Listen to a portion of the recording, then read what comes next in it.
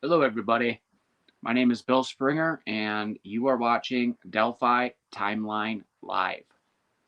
And today we are going to be going through the timeline from the start, and we're going to be playing news footage and other related videos regarding the unsolved murders of Abigail Williams and Liberty German, which happened in Delphi, Indiana on February 13, 2017.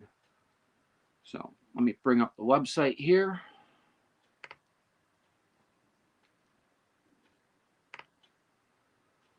And we're probably not going to be getting into like super serious discussion here unless somebody has a revelation while watching these videos of some sort, and then we'll get into it.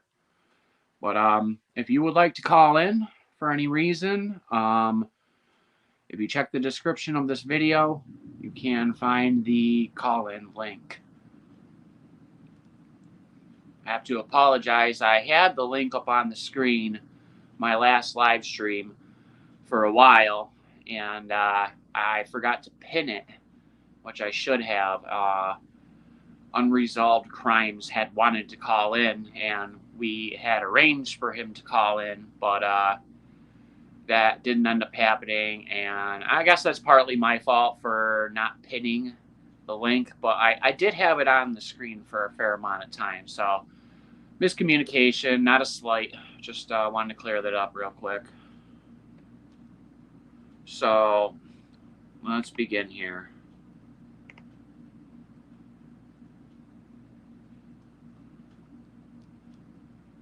Let's see if there's any videos about before.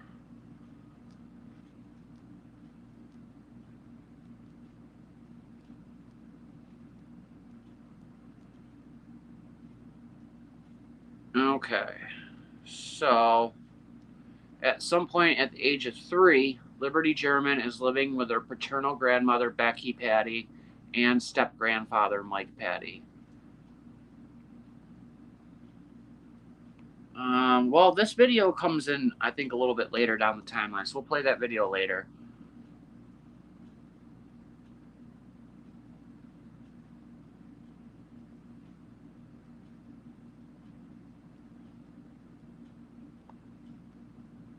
I have every single birthday on here. Abigail only got 13 years, and Liberty only got 14, so I had to put every single one of them on there.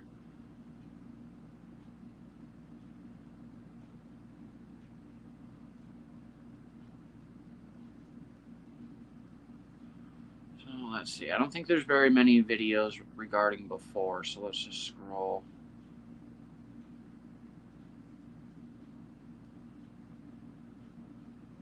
so much information. So all this stuff before February 13, 2017, there's a lot of Kegan Kline information on here that came from the transcripts. It's a lot of Kegan Kline either messaging young girls or he's messaging other creeps. Yeah, I don't think we're going to find very many videos on here, at least on this first page, except for right here.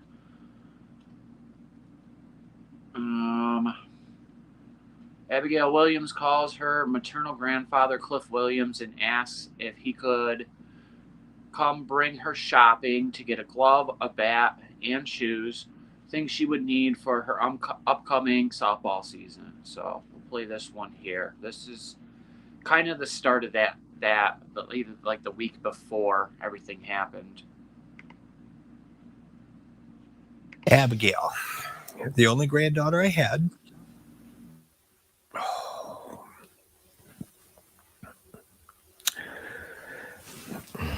I knew this was going to happen. But I would introduce her as my granddaughter, my best friend. Cliff Williams misses his best friend. His granddaughter Abby was his shopping sidekick. His fellow moviegoer, Toy Story was tops.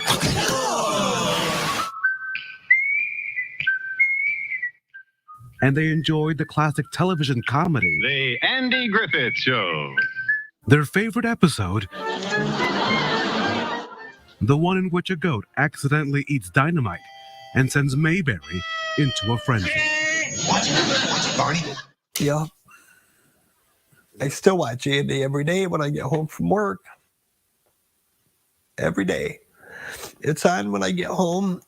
I'll watch a couple of episodes, but I always think of her when I'm watching them.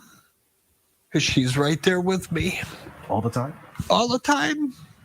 After Abby decided she wanted to play softball like her friend Libby, Grandpa drove to Delphi. That was the weekend before the tragedy near the Monon High Bridge. She called early in the week and said, Grandpa, I'm all signed up for girls softball, and I'd like you to come down and take me shopping for a glove and a bat and shoes. And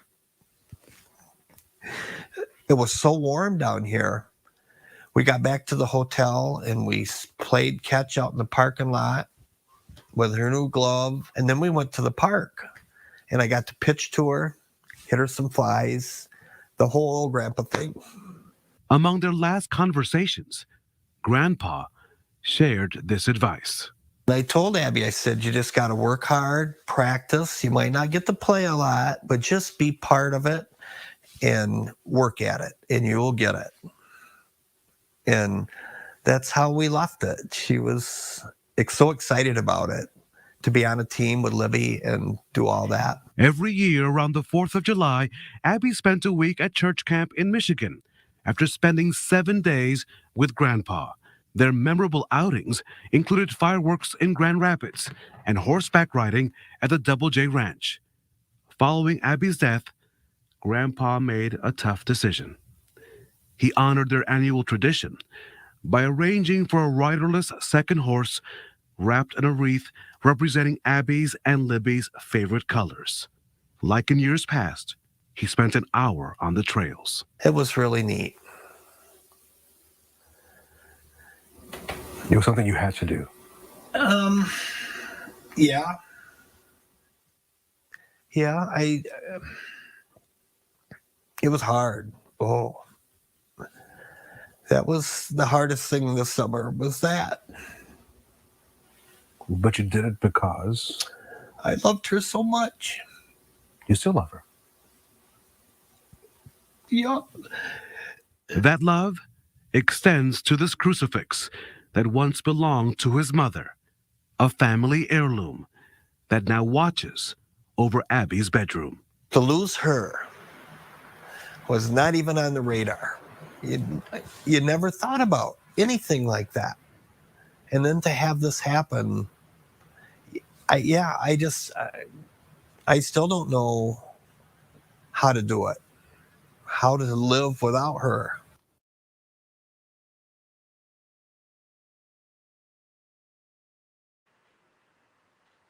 Okay. Next video is, this might be the same video. Yep, same video. I posted twice because it's both refer. That video is for this block of information here, and this video is for this block of information here. I always try to add a source to everything. Hi, Susan. Hi. I got her to say hi. I don't know if you heard that. D. Ashley and Miss Thang have said hello to you so far. Hello, hello.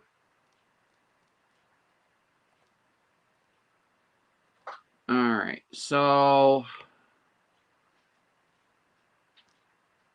this leads us to, we'll skip that for now. That comes later as well.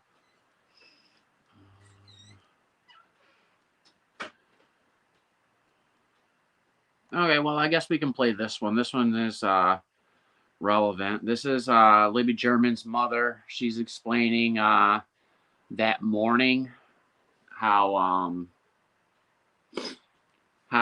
she got a text from Libby that morning. So we'll play this real quick. That morning, she remembers Snapchatting with her daughter Libby. She sent me, it was, a good morning, beautiful, have a good day Snapchat. And I was on my way to work and I got one back and she was laying in the bed. And I was like, what are you doing in the bed? Well, I don't have school today. Lucky. That was our last conversation. Carrie, at a loss for what to do in the early days, bought a bulb. I never imagined it would go viral like it did. An orange one, which is now her porch light, leading others by the thousands to do the same. I feel like Libby sees it and it makes me happy. The bulbs will remain lit until an arrest is made. I worry about this happening to somebody else. I worry about him getting somebody else's child and destroying another family. Please don't let that happen. On occasion, she finds herself calling Libby's cell phone, no longer in service. When it was, Libby's voicemail message was comforting. Carrie is proud that her daughter managed to record 2 key pieces of evidence with her cell phone, the audio and a picture of the prime suspect. What a presence of mind for your daughter in particular on that day to take that picture. She's pretty smart. She was called a hero. Yes. She's always been my hero. Libby and her other daughter, Kelsey, are always in sight. Their pictures adorn her walls. Carrie also spent 20 hours to get this artwork on her left arm. It includes Libby's favorite phrase, "in a minute," and this "I love you" message she wrote in a Mother's Day card. And we put it on a Post-it because she puts everything on Post-it. As well as the GPS coordinates to her burial site, which we won't show. That's a special place, which can get loud when Carrie pumps up the volume to the Guns N' Roses song "Sweet Child O' Mine" at the cemetery. My doors, I open my doors, I turn it up really loud. I do. So you're that person. I am. You're that person. I am that person. She could turn anybody's frown upside down. Anytime, anyway. She was always joking. She could make anybody's bad day better within minutes. So the world got shortchanged. I did. I know our family did. The girls' sisters did. Cousins, aunts, uncles, everybody did. Tonight, a mother's love, and Carrie is not done keeping her daughter's legacy front and center, Erica. She's now starting a foundation called Liberty's Legacy. Very special. What's the focus of that foundation? The focus of the foundation will be on parents, on children, to advocate for families who are dealing with missing or murdered children.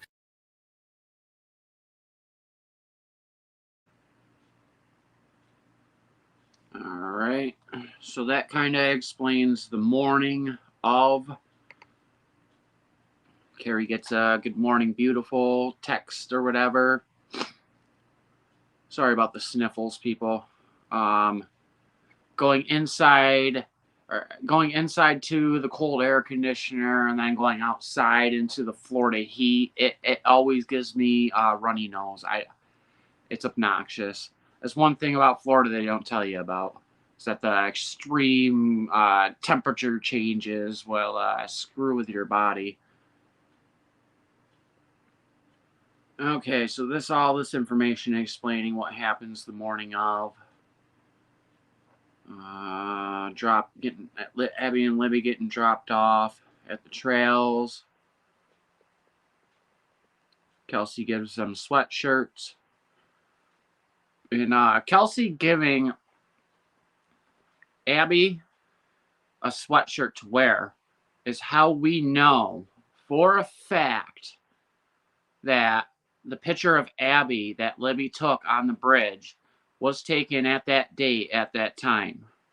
There's some people out there who think that those pictures were from another day or another time. No, it all lines up.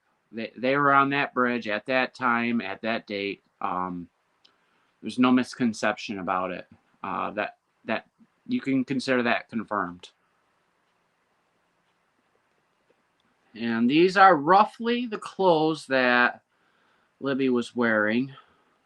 Except I'm not sure if these are sneakers or if she's wearing some sort of like sandals or something, but she was wearing black Nikes. And this is roughly what Abby was wearing, from what I understand. Kelsey's sweatshirt, her mother's burgundy shirt, and what her mother describes as kind of ratty jeans. And these look like Converse shoes.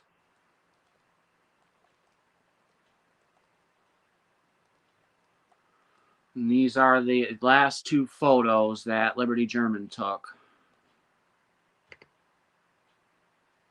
I believe the family did not give the accurate timeline. Well, let me comment on this real quick. The family did not know that this was going to happen.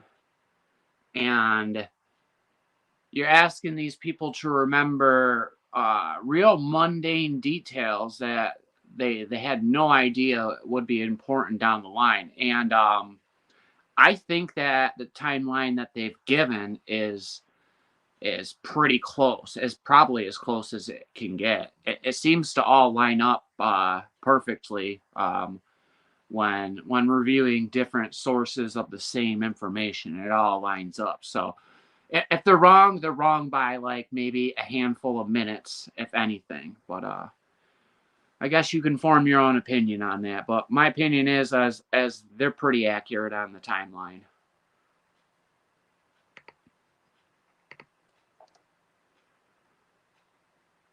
And this is the second photo. I can tell you right now, if that is her first time on this bridge, she's probably scared out of her mind because it's a scary bridge. But then again, she's a teenager, and teenagers are fearless. And so I don't know, man. I was scared out of my mind on it. Scared the first time, even more scared the second time. So I'm not sure if Mike from True Crime Love has gone out there yet, but if you do, and if you're listening to this, please be super careful. Please be super careful. You can't really tell from the pictures, but these are much farther spaced apart than they look. Like, if you got small, tiny little feet, your foot could fall through that gap. I had longer feet, so it was less of a problem. But if you got tiny little feet, like a misstep, and you're gonna get hurt. So anybody going out there, be extremely careful. Yeah, you can kind of tell like how wide they are, like right here in this area.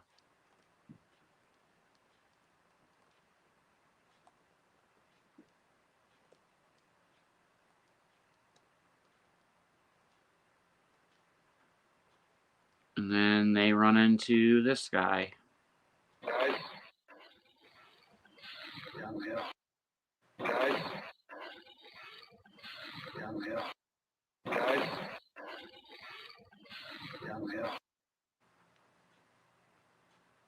Play that one more time.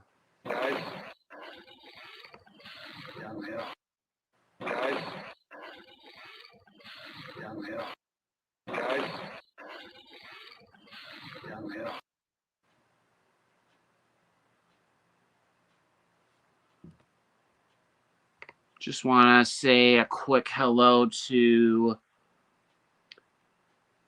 Aaron M. Town.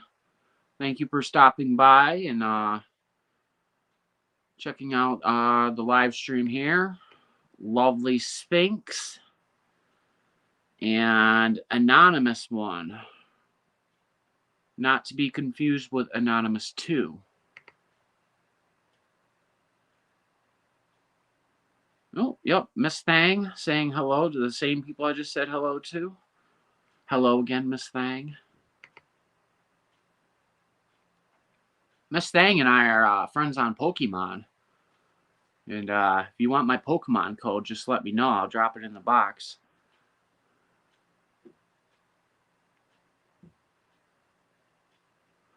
New to this channel, can you please share a little bit about yourself? My name is Bill Springer. I am from Syracuse, New York. I've been following this case for about 5.25 years, shortly after it all happened.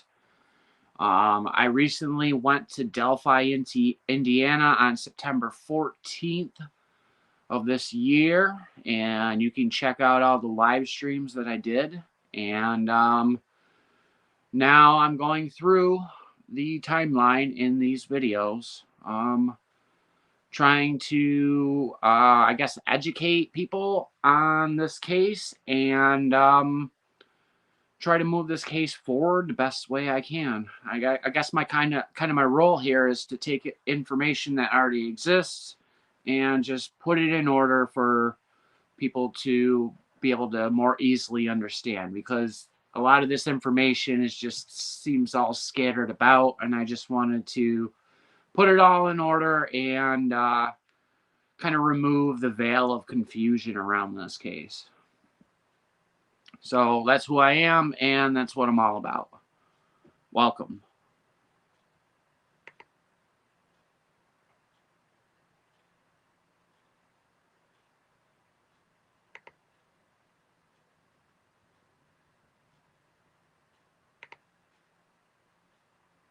Okay, let's continue.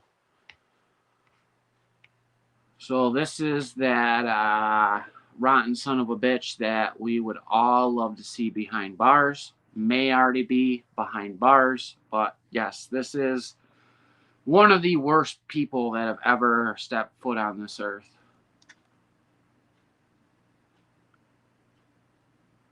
And let's play the audio from Down the Hill, saying guys down the hill. And this is this audio I'm about to play right here, it comes directly from the FBI website. So this is exactly what they want you to be hearing. So let's play this real quick. Guys down the hill. Guys down the hill. Guys down the hill.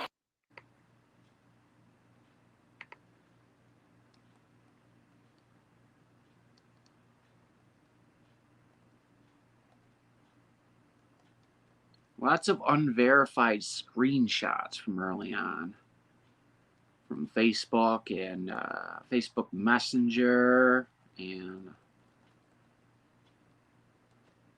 just random stuff. Could it be relevant? Could it not be relevant? It could be hoaxers, and hoaxers are like some of the worst people out there. It's just like they just want attention by putting out false information, giving people false hope. I mean, because not all these rumors are going to be true because they contradict each other. So somebody is full of baloney, as they say.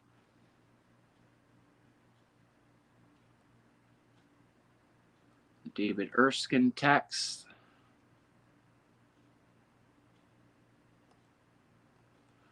And what does this say? At some point, a person named Brad Heath, who was working in the area, this is in quotes, not far from it, noticed some things he would later tell investigators. So let's play this Brad Heath clip real quick.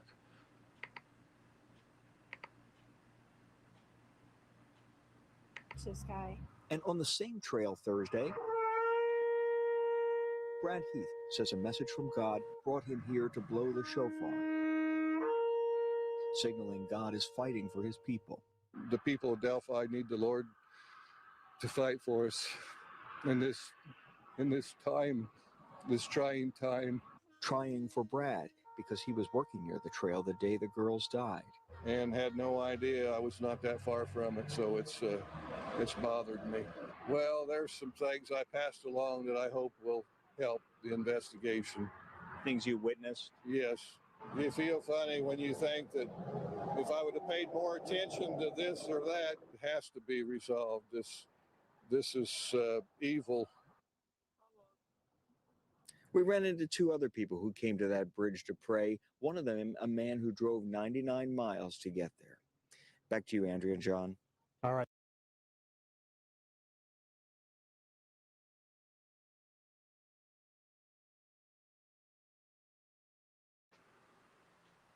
All right. So that was basically Brad Heath saying he's seen some things and he reported it to police.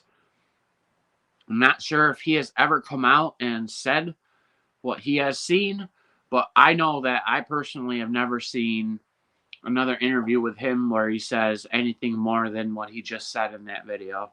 If I'm wrong, please correct me. Send me videos. Send me links. Prove me wrong. If I'm wrong, I want to be told I'm wrong. This is not the type of thing I want to be wrong about here. So if I'm wrong, please correct me.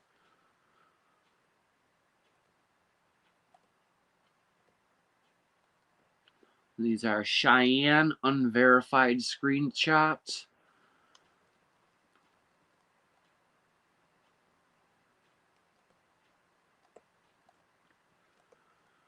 This is one person I doubt will ever do an interview with Cheyenne. She seems to have very early on got bombarded with people trying to ask her a million questions, and she already told police everything she knows, and that's really all I think she ever wants to talk to is just the police. So I wouldn't expect her to do what Eric Williams did and do an interview.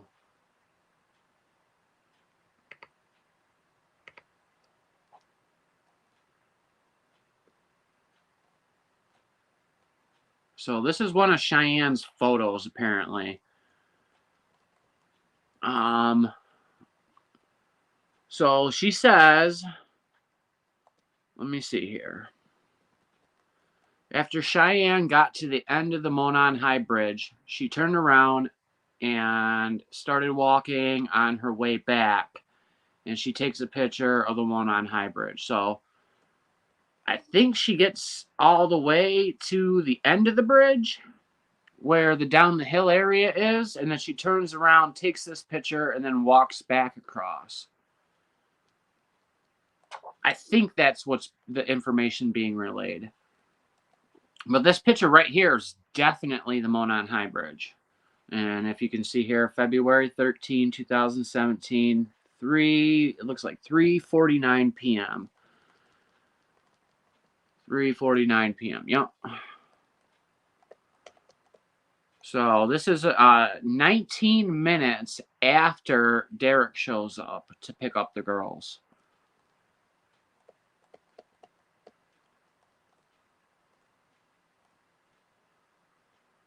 Make our way to the next video here. I believe the next video we'll see will have to do with the search.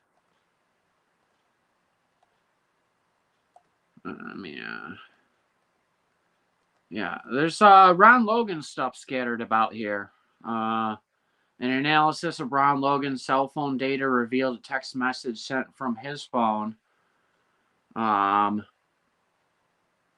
Initial exam of this analysis indicates Logan's phone was likely outside of his residence and in the proximity of where Libby and Abby's bodies were located. But if you were all watching Sleuth Intuition's video earlier, he was talking about some of this stuff and how that sometimes in these warrant affidavits, they might stretch the truth a little bit, trying to get the information that they get the warrant, you know, trying to get it passed across.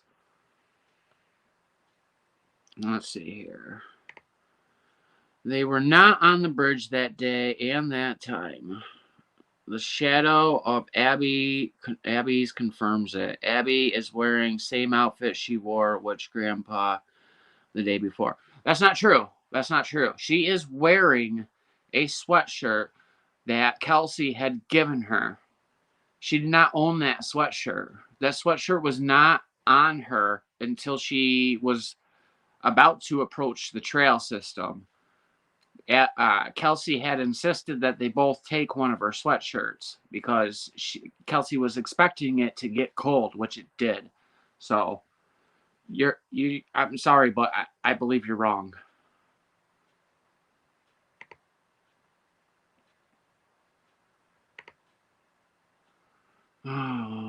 No, it's not lining up. LOL. Why is that funny? The family is involved 100% or know what happened. Again, I strongly disagree with you on that one. I don't believe anybody in the German or Williams family had anything to do with this. You're entitled to your opinion, but I think you're wrong.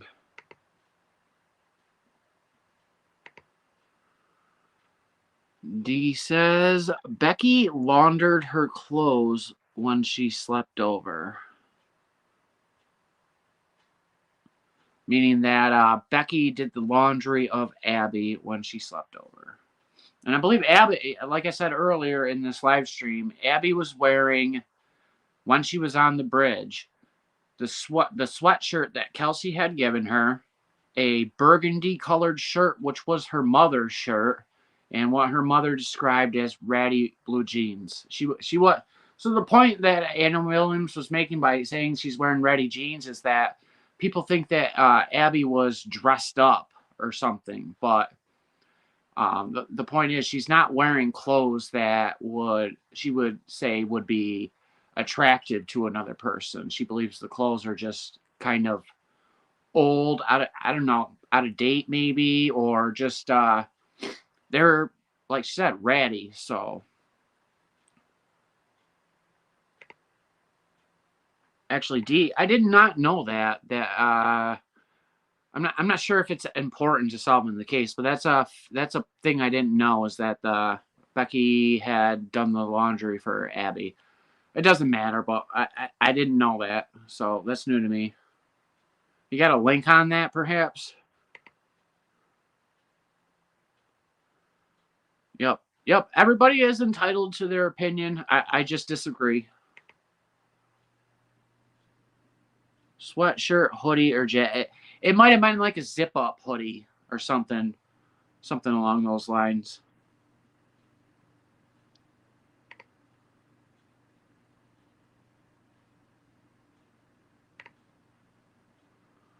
Let's see. The drones didn't pick up their body heat on the 13th because they were murdered the day before. No, none of the timeline lines up with that. Zip up gray hooded sweatshirt. Yeah, that's what it looks like. Did Abby have to borrow jammies when she slept over? That I have no idea. She might have brought her own. She might have just slept in the clothes she was wearing. When I was a teenager, I went to bed with wearing whatever I was wearing that day. So, when you're a teenager, you just kind of really don't care. Stay up all night and then just crash. It was a video I saw about 4 years ago. Yeah, if you come across that video again, send me the link. I'll add it to the website. or maybe we'll actually come across it here at some point. All right, let's get back to the videos. Lots of Ron Logan stuff on here because of the warrant affidavit. All right, so I believe this is the very first occurrence of news footage on this case, and it is Alexis Moberger. I believe her last name has changed. I believe she got married since. And she was a WLFI reporter at the time, and I believe she's gone on to, I believe she's moved up in the world and has gone on to do other things. So let's check this out.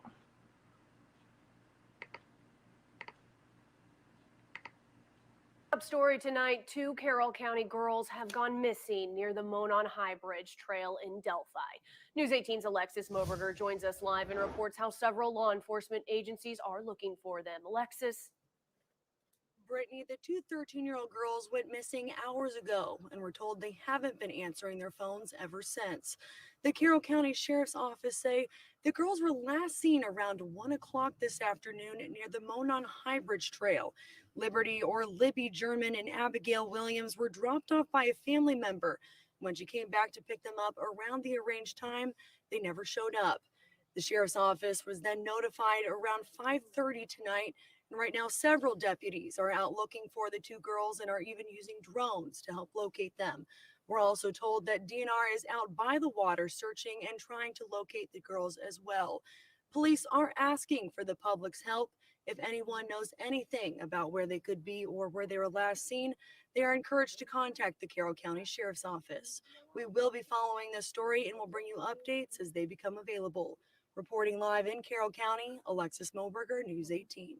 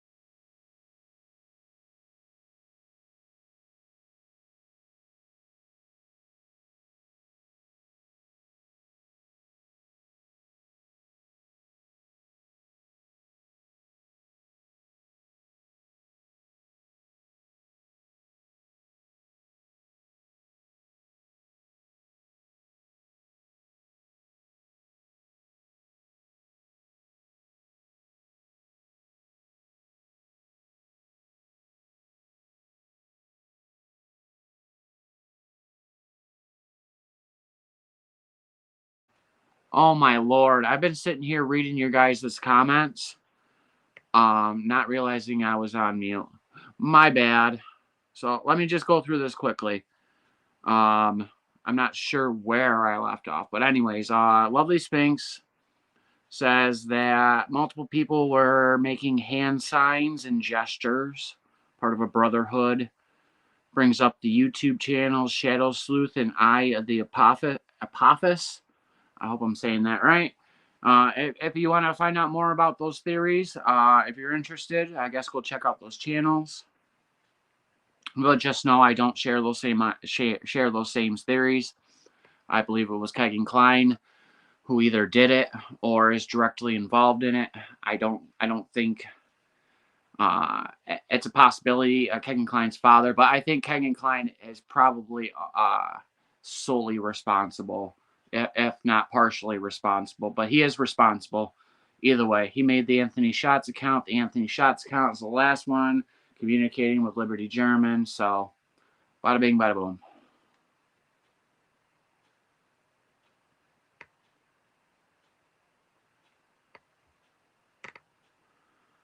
Try to catch up here. It makes sense why this case hasn't been solved.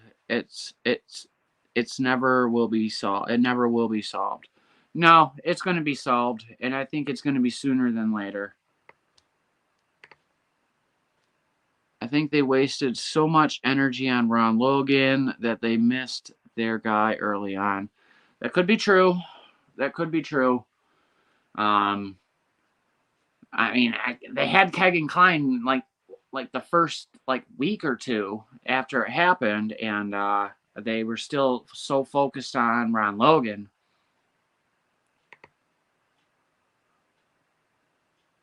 Anonymous one says, "I hope you are wrong, Lovely." Yes, I'm gonna go ahead and say that they're wrong, but they're entitled to their opinion. I agree, Tom. What two channels at Lovely? I posted it up there. D says, "Oh, D has it here." I'm back, right? I don't think I'm on mute anymore. Yeah, I'm catching up, so my bad.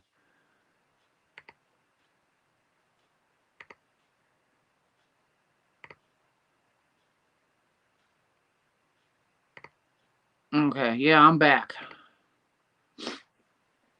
All right, let's continue on with these videos. No, don't want to turn it down. I believe the next one we have is one we watched just the other day. This morning, This our one top has story Eric Williams in it. happening right now in Carroll County. The sheriff's office and community members continue to look for two missing girls last seen near the Monon High Bridge Trail in Delphi. News 18's Alexis Moberger reports how many have spent hours searching, and they say they will not stop looking until the girls are found. We're just praying for their safe return. 13-year-olds Liberty German and Abigail Williams went missing Monday. The girls were last seen near an abandoned railroad bridge known as the Monon High Bridge around 1 o'clock in the afternoon. A little upset, confused, obviously very distraught, just worried. All I want to do is have the girls get home safe. The girls were dropped off near the bridge to walk around and hang out. They had made arrangements to be picked up by a family member later in the afternoon. But when it came time for the girls to be picked up, they never showed up. Getting scared now. Abigail's mom, Anna Williams, has spent hours worrying, just hoping to hear her little girl is okay. It's getting cold. Been out a long time. They don't know what time they ate last. The girls haven't answered their phones since around the time they went missing. Missing, abducted, we don't know for sure. Cell phone has been pinging around town here. There's a cell phone tower, but the ping was last noted about 5 or 6 hours ago. They say the phone's now dead. The last Snapchat from one of the girls was from 2:07. Text, I saw a text where that got delivered, but they never got read. Very scary situation right now, and I just want her home. Now many are on an extensive search to find them. ravines, ditches, trash cans for phones, any sign of girls, and anything we can find to just find them. Deputies, firefighters, and local police are checking every crevice and nook. Looking for answers, looking for the girls. But so are others from the community. And many of them say they won't stop looking, even if it takes Daybreak, fall over with exhaustion. Honestly, I hope they're just hidden up somewhere, scared to be in trouble. Alexis Moberger, News 18. Here they are. Police say Liberty German is 5'4", has a heavy build with blonde shoulder-length hair and blue eyes. She was last seen wearing a tie-dyed shirt, gray sweats, and black Nike shoes. Abby is 5'4", small build with medium-length blonde hair and hazel eyes. Abby was wearing a gray zip-up sweatshirt with a burgundy t-shirt underneath and blue jeans. We will certainly keep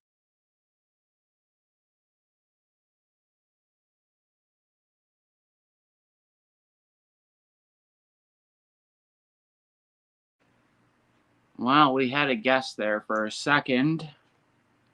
Oh, they might be back. Hello? Can you hear me? And what we're going to do is we're just going to ban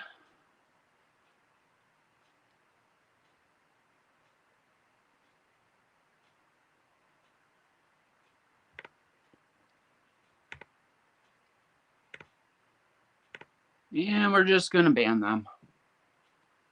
I hope that, I don't think you guys saw too much there, but yeah, we got a joker on there trying to invade the live stream with some gross stuff.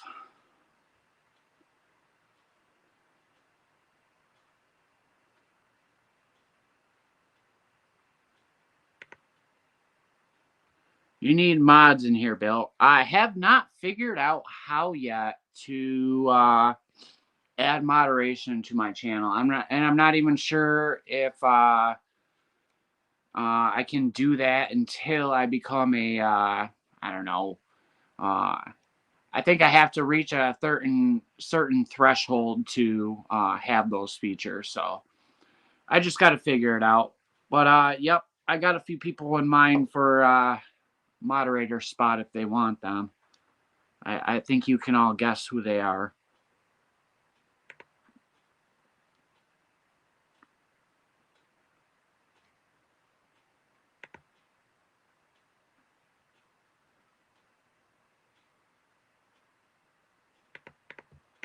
Do you imagine that's how you spend your night?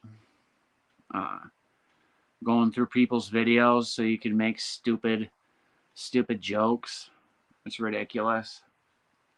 Well, that person's getting reported to YouTube, and hopefully their account gets banned.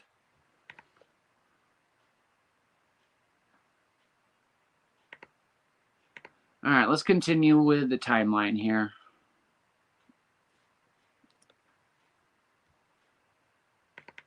That person can be literally doing anything else with their life. Literally anything else with their life, and that's what they're choosing to do with this little time that we have on Earth. Buddy, you need to reevaluate your life, and you should be ashamed of yourself.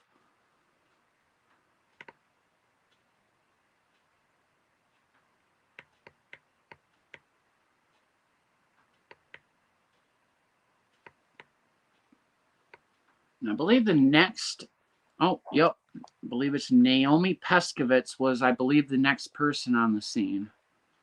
So we'll play this here. And this breaking news, 2 13-year-old girls are missing from Carroll County this morning. They disappeared yesterday afternoon in what we're told is a treacherous area just outside of Delphi.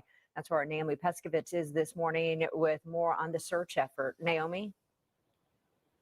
And Ben and Julia, this is a story, these pictures you will see online today as you wake up and look through your feed, because everyone who knows these two young women is desperately hoping to find them. This is the entrance here to the trail where they were last seen. We know family members have been out here for hours. Right now, though, the search has been suspended while it's been dark.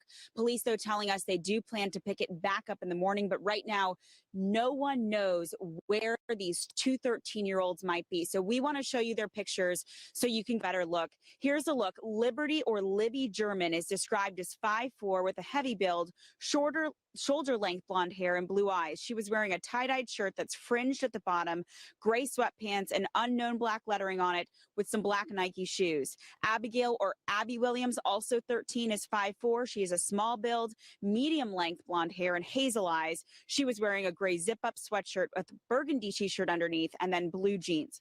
They were last seen around 1 o'clock yesterday afternoon near an abandoned railroad bridge. It's known as the Monon High Bridge. It's here just outside Delphi, right where we are. They were supposed to meet up with a family member to pick them up here, but when that family member got here, they were not here to be met by that family. Meantime, we've been sharing these photos online, Facebook, Twitter, anywhere you see them, please share them as well. We did speak with one of the young women's grandfather. He'll be speaking with us in about a half an hour to share what they've been doing to help find these girls. But in the meantime, right now, the search has been suspended because it's just so dark. There's not much to see. Ben and Julia? Okay, Naomi, thanks to you guys for your efforts to get there this morning and bring us the latest. Obviously, we'll follow it all morning here on Sunrise. Thanks.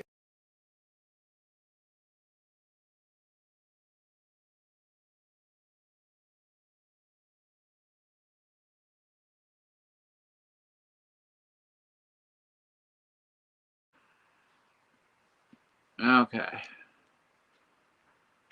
So I believe that was at 4 a.m. that news report of the 14th of February. So this is in the early mornings of the next day. And Alexis Moberger she went from the sheriff's office down to the trails, and she recorded some interviews. And Naomi Peskovitz goes down there and she records some interviews. And I think there's a couple other people who end up slowly trickling in after that. But it's surprising how many early news reports there was. I'm not 100% certain, but I believe I've heard Mike Patty say that he knew somebody in the media. Now, Sleuth says that he actually says he knows somebody in the police department, but I believe I've heard both. But I could be wrong. And eventually, going through these videos, we can figure that all out. I seen it somewhere, I swear. But then I could be wrong. This might be the one we just watched earlier. Let's take a look real On that quick. breaking news from Carroll County. Police continue to search for two teenage girls who went missing early yesterday. Now, No, Naomi this Peskovitz, is she is in different. Carroll County gathering information and joins us with what we know so far and about where those girls were last seen. Good morning. Ben and Julia, good morning to you. This is the entrance to the trail where those two 13-year-olds were last seen. Officers, law enforcement, they have stopped the search for the night. But in the meantime, other folks have come out. We've seen family. We just saw a group who didn't even know the girls come out here because they heard the story and wanted to come out. They're here with flashlights, searching for them, doing anything they can. There's been so much pressure to try and find these two young girls since they went missing yesterday afternoon. In the meantime, we do want to give you another look at these photos. This is so important so that if you do see them, you can let police know. Both of them, again, 13 years old. They're both about 5 feet 4 inches tall. Liberty, or Libby German, she has shoulder-length blonde hair and blue eyes. She was wearing a tie-dyed shirt, some gray sweatpants, and also black shoes. Then there's Abby, or Abigail Williams. She's also 5'4", with medium-length blonde hair and hazel eyes. She was wearing a gray zip-up sweatshirt and some jeans. Meantime, this search started again yesterday afternoon. The two actually had the day off school yesterday, so they decided they wanted to have some fun, spend some time on the trail, and take some photographs. They were dropped off by a family member. They were supposed to be picked up around 3 o'clock, but when that family member arrived, the girls were not here. They weren't answering their text messages or phone calls. Libby's grandfather tells us the search started right away. We started going through all the social media things, picking up, looking at Facebook. Has she talked to anybody, or had the girls been talking with anybody, Snapchatting or whatever the kids do today back and forth. And really didn't find anything. The last message I think we found going out was like at about 2:30, which was like a Snapchat of a picture of them out there on this bridge on the trail system. That was the last communication we've had. And that bridge is a hallmark of this area, the Monon High Bridge. It's on this sign behind us. It's a place that's frequented by folks who live around here, but still the conditions of the bridge may be dangerous. Libby's grandfather is going to tell us why. That's coming up in our next half hour of Sunrise. In the meantime, we've shared these pictures online. If you see them, please help the family and share those photos as well. Ben and Julia. All right. Yeah. Hopefully this will lead to finding those girls. Thanks.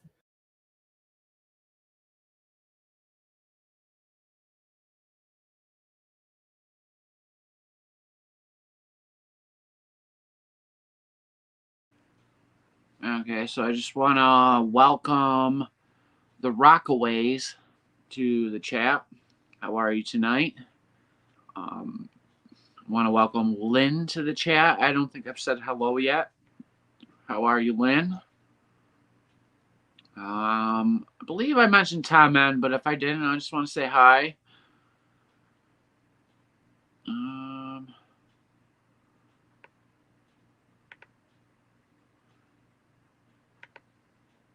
All right, let's continue on here.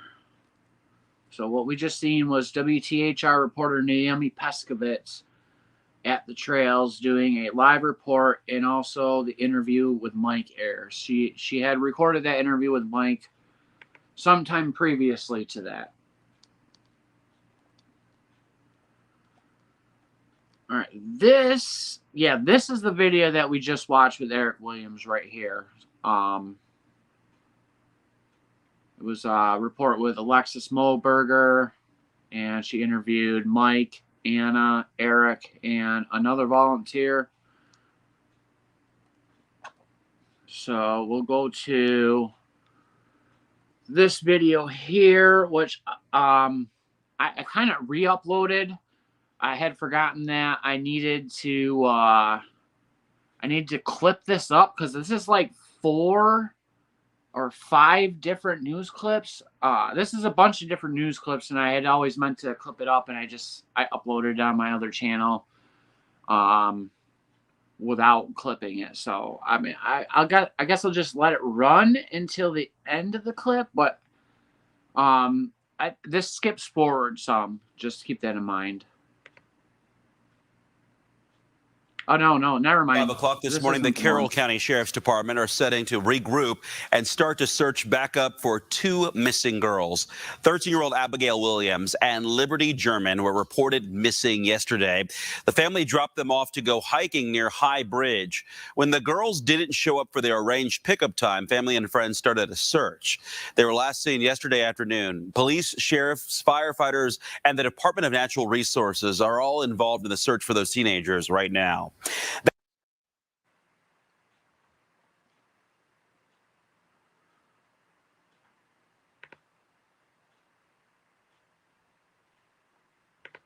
So yeah, that was a short clip.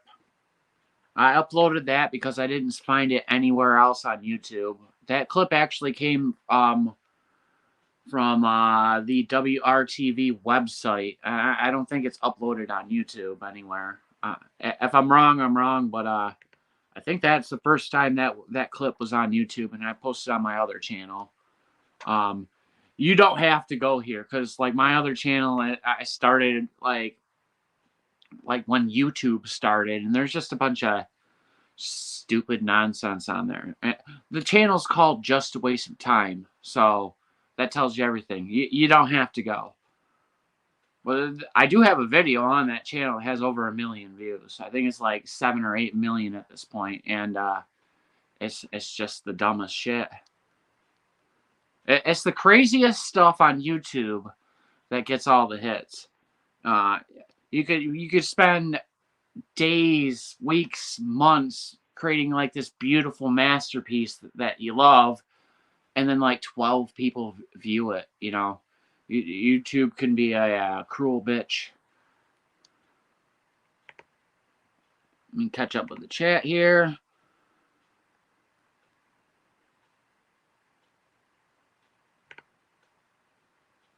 Delphi Timeline, did you see the update on Kegan? Which update are you talking about? Are you talking about something that came out today that I'm not aware of? Because if there's new news, I want to be all over that. So post a link. All right, new friend of the channel here, G4L4CTIC North. Galactic North, I think, is what you're going for there. So how are you tonight? For me, it's late tonight. It's 11:18 p.m.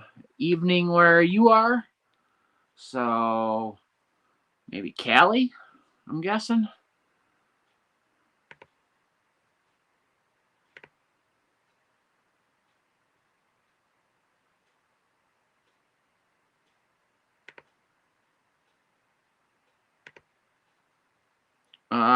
Lynn, post a link.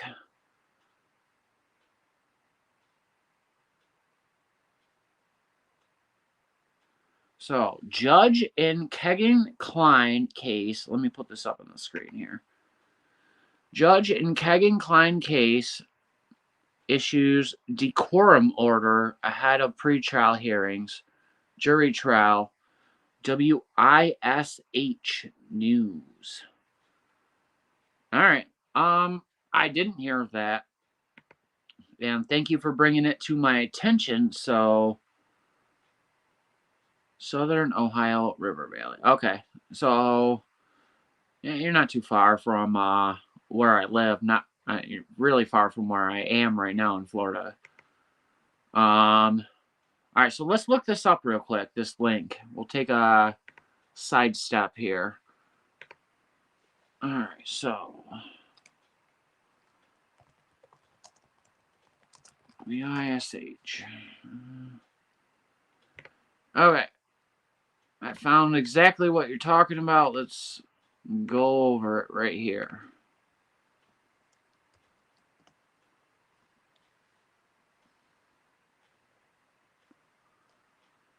Okay, Wish TV. Judge in Kegan Kline case issues decorum order ahead of pretrial hearings. Jury trial. Oh, it's going to be a jury trial. Okay. Let's get rid of this stuff. Peru, Indiana. Let's see if we can actually make the text bigger here.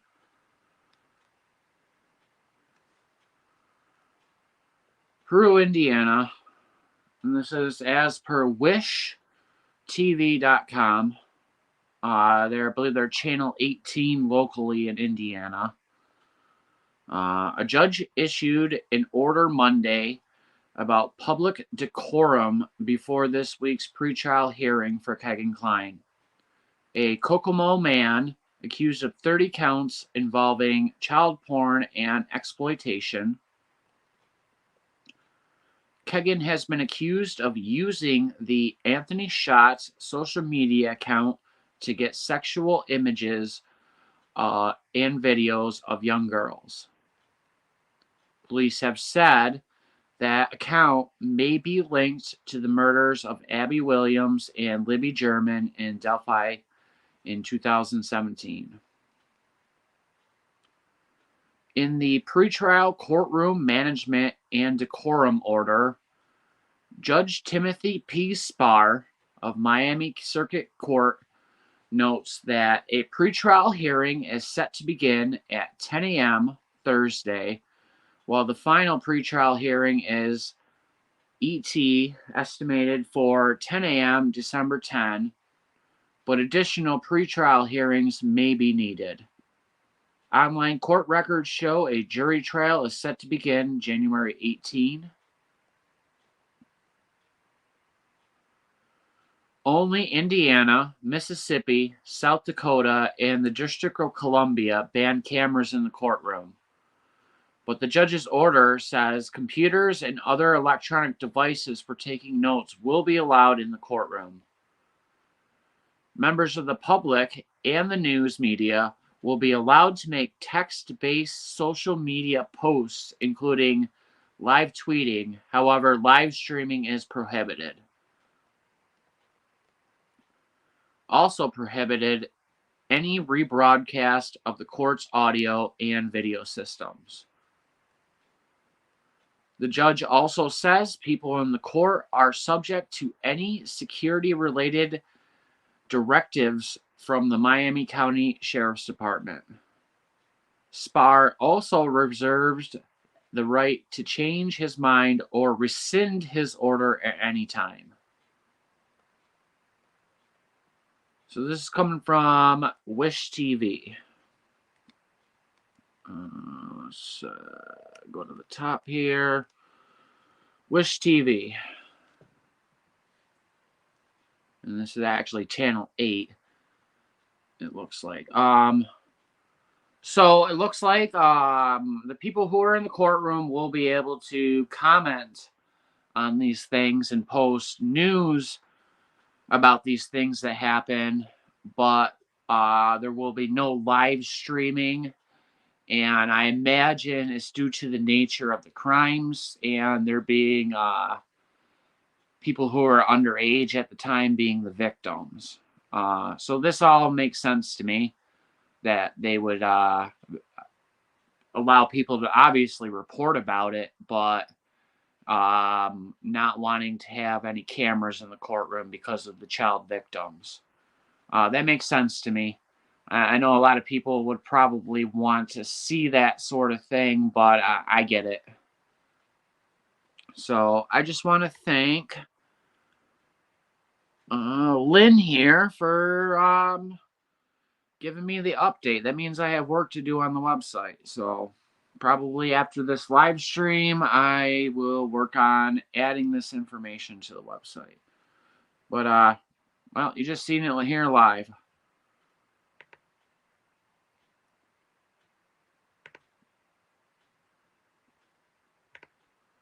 Forward progress. Kegan Kline actually on trial finally after all the delays.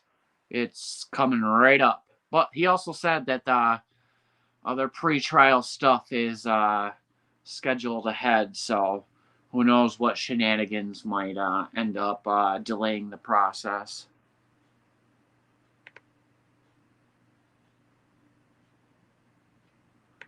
Just catch up on the chat here. See if I didn't miss any other important information. Thank you again, Lynn, for bringing that up. No cameras, audio, only tweets.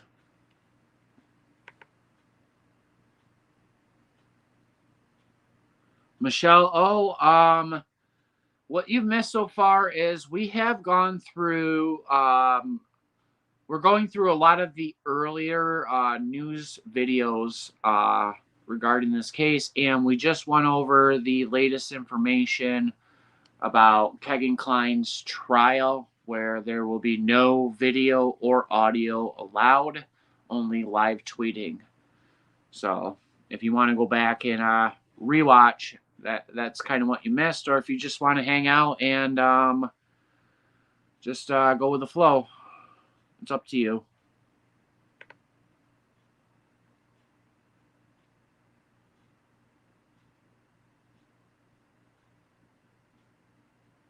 Pre-trial courtroom management and decorum order, 2-page document. Yeah, I'll check that out too. Thank you, Lynn.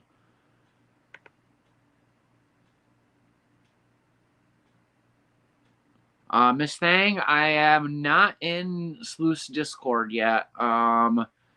He hasn't posted a updated link to our invite link. The links that are on the members page, the link that is on the members page is expired. So once I get the new link, I'll come chat with you all. Derek kind of pressured me into it, the bastard. I'm kidding. I love you, Derek.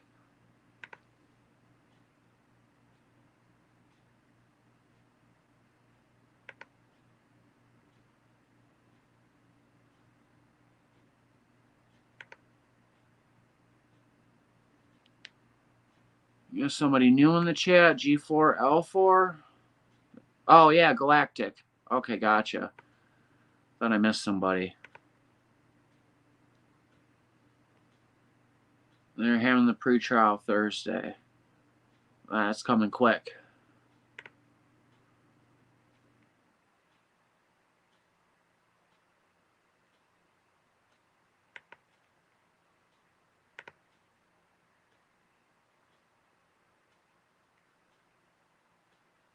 Yes, you're definitely welcome to hang Michelle O.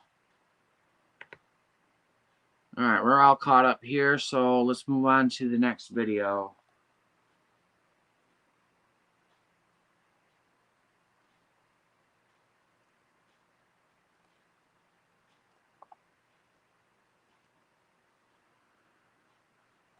Alright, so this is 12 p.m. on the 14th of 2017. Very scary situation right now, and I just want her home.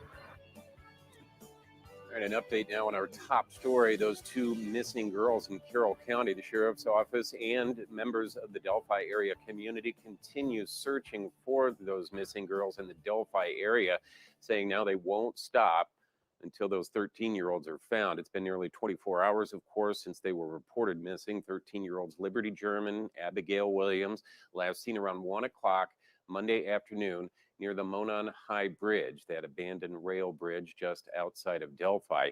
Now, News 18's Brad Oppenheim joins us now live from Carroll County, where that search continues at this hour. Brad?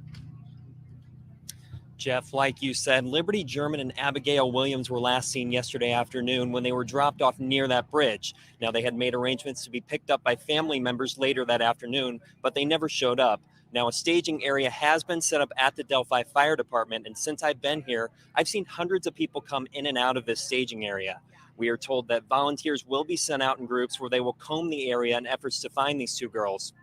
I was able to actually catch up with Abigail Williams' mother, Anna Williams, and she says she is amazed by the outpouring of support from the community.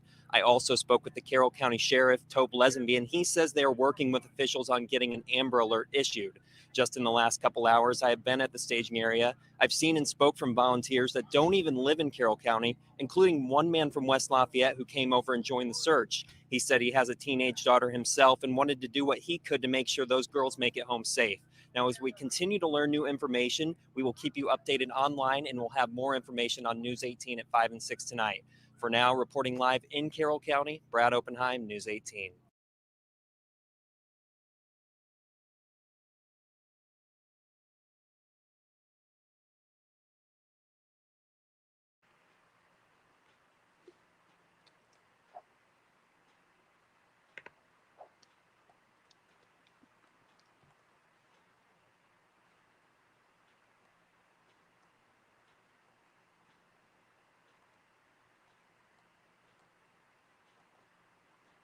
Alright, so that was like very shortly before the girls were actually found. So that was aired at 12 p.m. And then around 12:17 p.m. is when the girls are discovered. And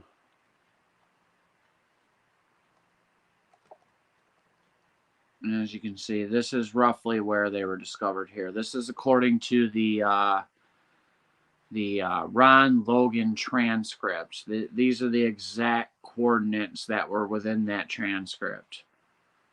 I've heard could be various other places along this way, but this is what I'm going off of because it was in an official document.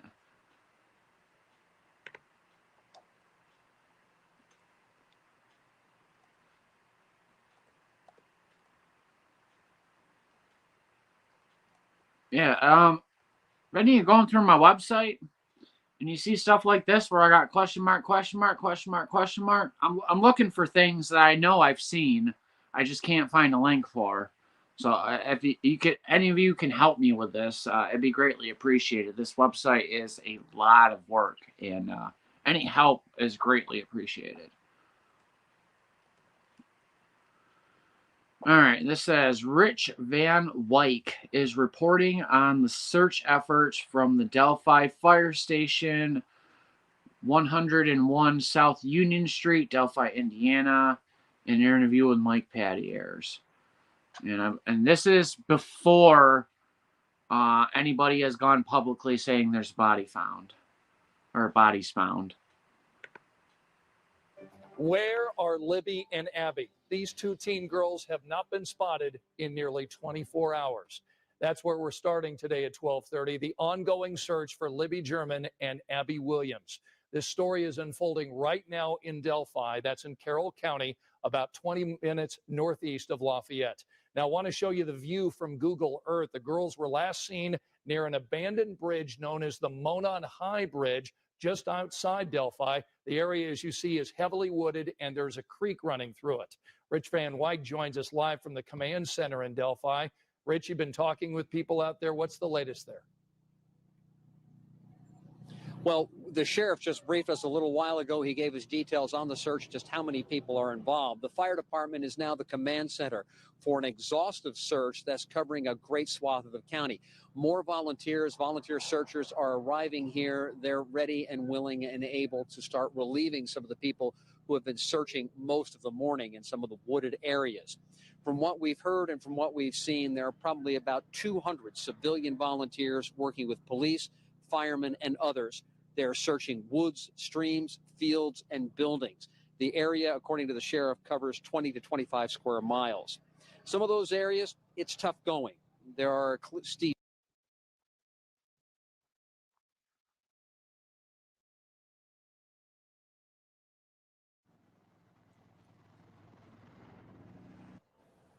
We've apparently lost our connection with Rich Van Wyk, but the video that you're seeing here gives you an idea of how rugged this particular area is.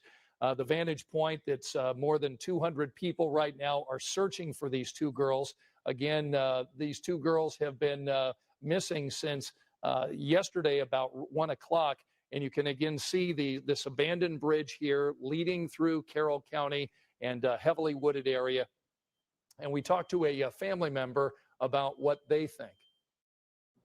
I see it's a small community that everybody pulls together. It's really heart-wrenching, you know what I mean, to see that. It's very touching, very moving.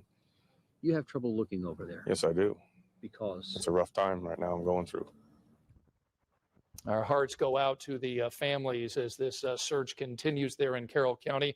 We're covering this story on WTHR.com. We've got a lot of information there. You can see pictures of the girls, the search area, all on WTHR.com. And of course, our coverage continues throughout the day on our website.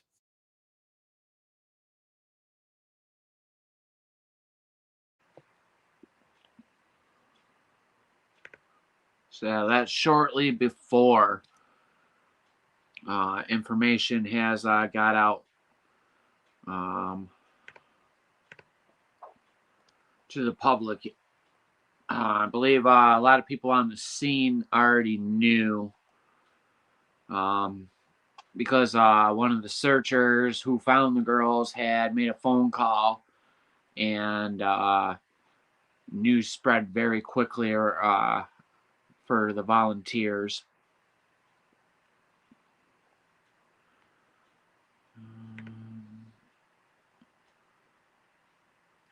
Link for Eric Searcher interview. Yep.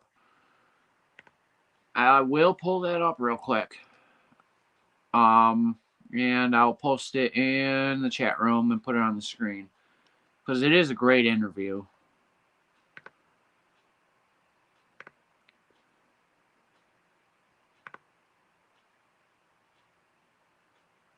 And we'll just get rid of the spammer.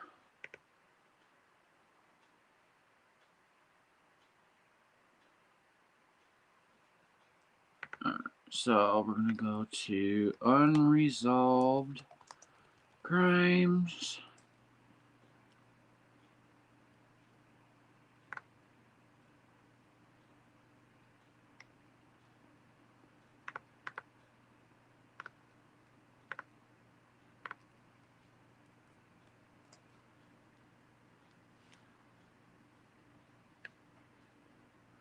So if you go to this YouTube channel right here, Unresolved Crimes,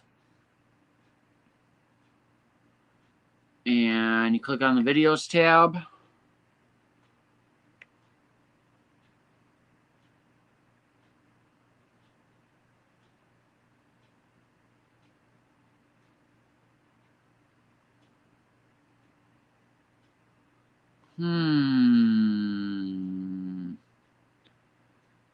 I think it appears that Unresolved Crimes has removed that video from their channel. I could be wrong, but that's what it appears to be. Maybe I got the tab wrong. Yeah, his latest video is from 3 weeks ago. It appears he has removed content from his website. I don't know why. It was a great interview, but apparently right at the moment you can't watch that video.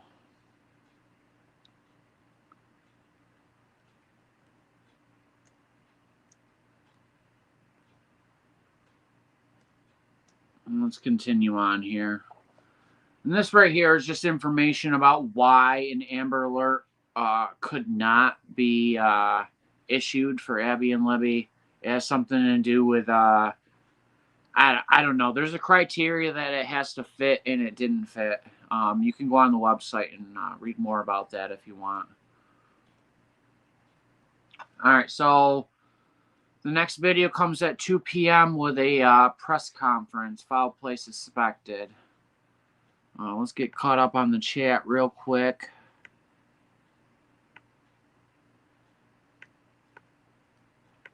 Bots. Yeah, yeah. It seems like every single video that I post, the very first comment that it pops up there is some Russian spammy BS. So that's a problem that YouTube is either ignoring or can't control. It just comes with the territory. You got trolls and you got spam and a bunch of BS.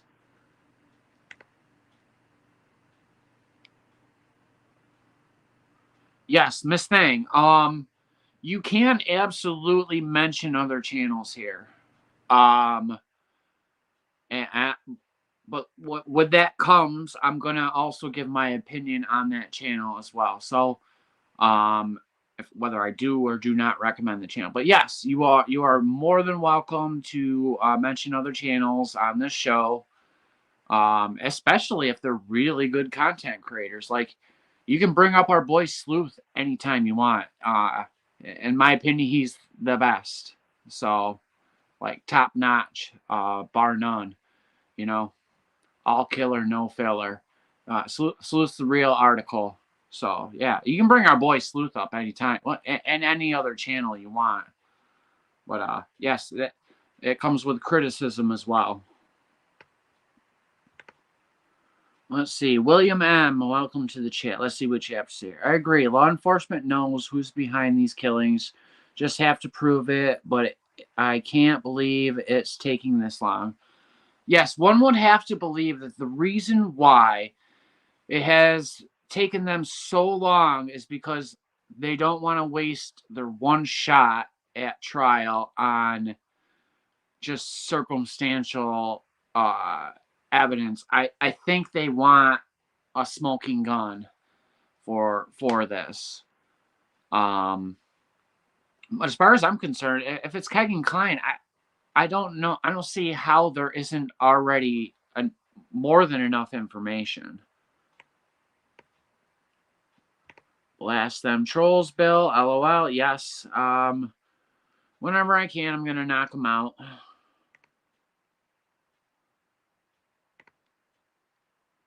William, they have to concrete effort. Yes, they have to have concrete evidence. Oh, it was on there. I'm sorry. I didn't see it. My bad.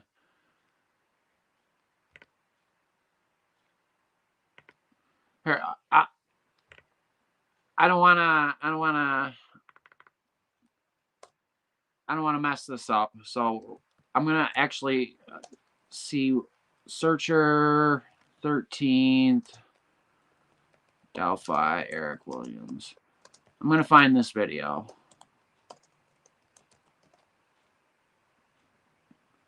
Yeah, I see it here, but like the last video I seen for him on his channel was from 3 weeks ago. So let me bring this up here.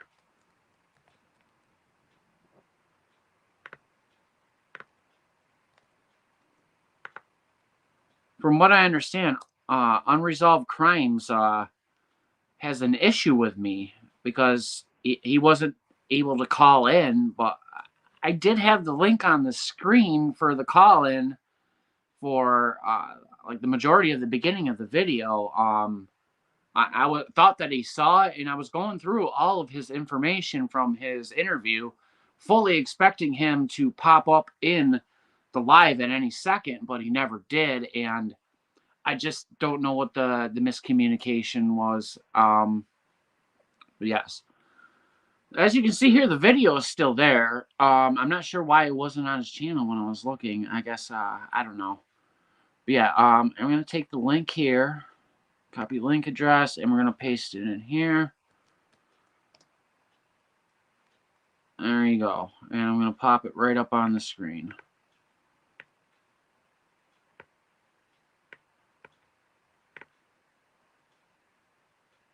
I wish there was a way where you could pin things through StreamYard without, but I think you have to do it on YouTube. But I'm just going to leave that there for a second. You can watch the interview with 13th Searcher Eric Williams by interviewer Unresolved Crimes. And I had no problem with the guy. There was just, he was supposed to call into the show, and it just didn't work out. And it was not a slight. And I really hope this guy continues to do what he does, because I have respect for him. And I think he's doing the right thing. So you guys should go check out his channel. I highly recommend Unresolved Crimes. He is a good dude. All right, so let's continue with the timeline. I feel like I went off on a tangent. But okay, so this is Sergeant Kim Riley, Delphi Chief of Police Steve Mullen, and Carroll County Sheriff told Lesenby hold a press conference.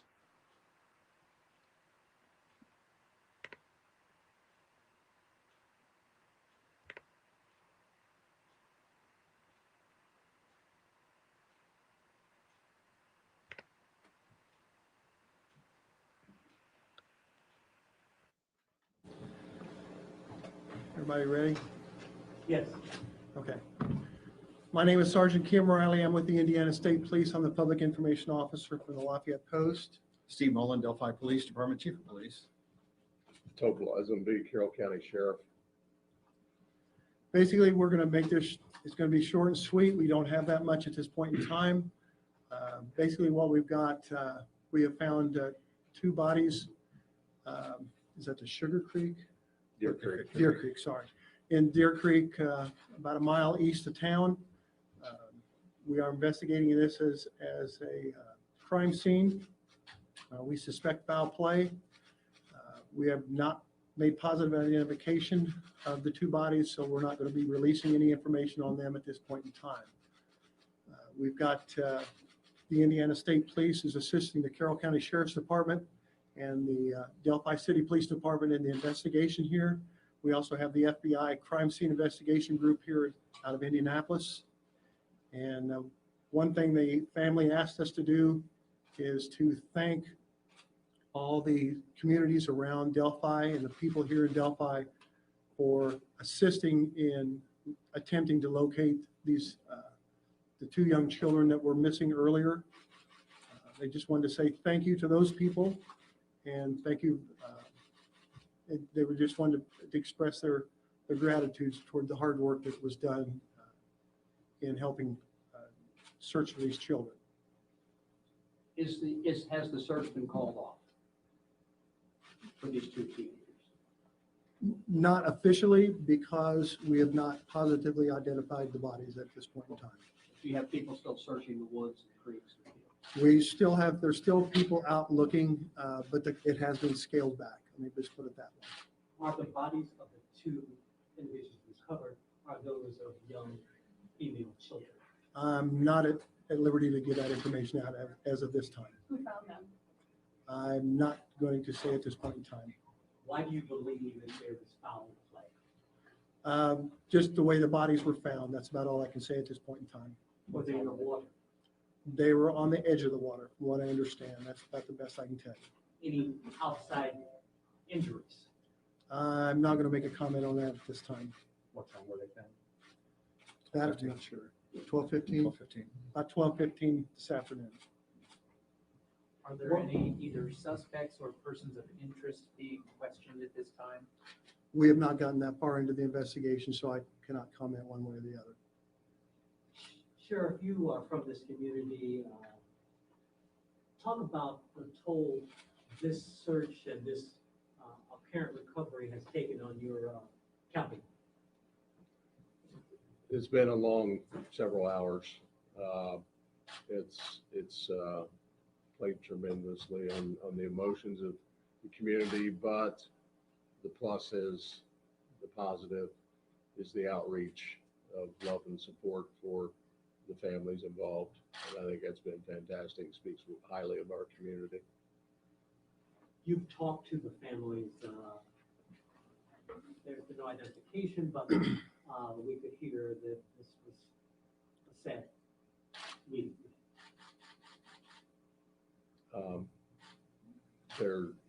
There is some sadness, yes. How long do you think it's going to take, of what you know so far, how long do you think it's going to take to positively identify? I can't speak for the coroner. He's the one that will take care of that part. That's not something I can give you that information at this point in time. How far down was it from the bridge? Downstream. Probably more than a mile, or less than a mile, rather. I'm going to say somewhere between 1/2 and 3/4 of a mile. I'm guessing. The road curves back in there, so it's really hard to tell as the crow flies how far it is, but I'm going to guess about 1/2 to 3/4 of a mile back there. It wasn't that far from where the search started. You mentioned hours of searching, hundreds of people. So were they not in plain sight in that area, that it would have taken a long time for you guys to find them? We really don't want to comment on that at this point in time. We don't really want to put out too much information at this point in time.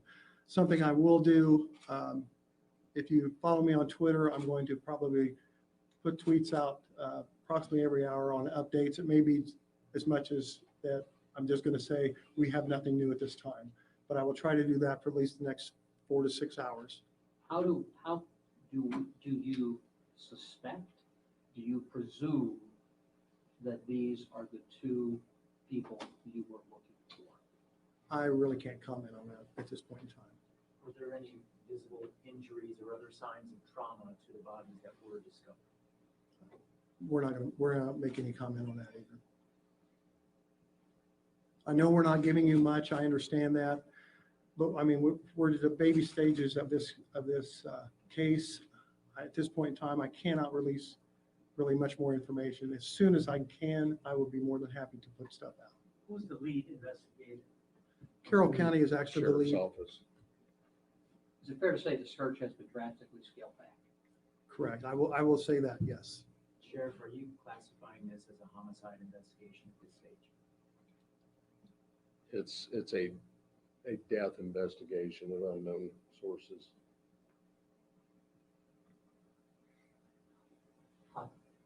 Chief, you have not said anything yet. This is your town. Talk about the impact this has had. It's had a terrible impact on our community. The people who participated in the search, people who have participated in all the efforts to try to find the victims in this case are very much appreciated. But I know that's had a terrible effect on our people, and we are grieved that this sort of thing would happen here in our community. I am pleased to see the community come out and help us the way that they have. I'm very pleased to be part of a community that has done everything they have done to help us out in this case. going forward, you're gonna do everything, obviously, you can to find out who was involved in this. And then earlier when we talked, pretty much all the law enforcement's been holding back tears because these young girls and families and the whole search is really taking a toll on you. So you're gonna do everything, exhaust every option, just like you did in the search, to find out who was involved in this. Yes.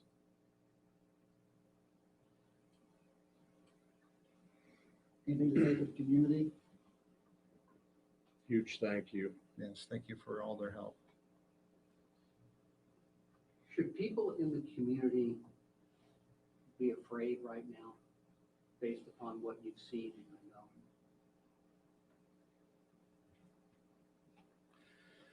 and known? I think people are smart enough in our community to draw their own conclusions about what they should feel and shouldn't feel. Our people are very smart. We have a very good community, and they are very strong. And they are able to draw their own conclusions about this whole situation, I think, quite successfully. Thank you for the question. Because, and the reason I ask is I hear the words foul play suspected. And people might be wondering if there's somebody running around this community preying on people that they need to be afraid of. I understand what you're saying. Should they be? I do. I think people are able to draw their own conclusions about this situation, and they are smart enough to figure out that what the situation warrants them to think. So that's all we have to say about that. And you said you scaled back the search completely, so the hundreds of people, even they were coming up a little bit ago, can I offer my help? Can I get back out there? At this point, do you guys not want more people heading out in that area? What's the advice for people who do want to be involved in the search? They can continue to help in the way we need the assistance at. I am not at the scene, and I'm not aware of what's going on out there at this point in time, so I can't really say what we're going to use them for. We may be just telling them we thank you for your help, and we may just be sending them back. So, you know, again, it's we believe what, you know, you believe what you can, and then we got to go with the truth that we have. So that's what we're working at. One final thing, you started off with a statement about finding bodies. Can you say it over again now? The bodies were found in the Deer Creek area, just east of town, about a mile from the 3/4 to a mile east of the, what is that? The Freedom Bridge. Freedom Bridge. I know I didn't help you much there, but South for Freedom Bridge or the Monon High Bridge. High Bridge. I'm not sure which bridges. They're two separate bridges. I know. So Yeah. Freedom Bridge is on the Heartland, and High Bridge is the bridge that's farther up that used to be the railroad So bridge. how far from High Bridge? I think that was the last known location. Within probably 3/4 of a mile or so. Okay, and how close were they to the area where they were supposed to be picked up by their relatives? Within that 3/4 of a mile or so. Is that with the flow of the creek or against the flow? It would be upstream. Upstream against the flow of the creek.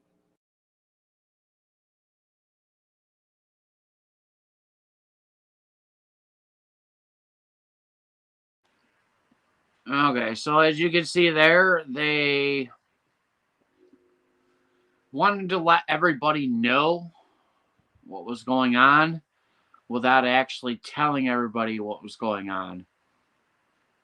So they said things like people can form their own opinion, and yeah,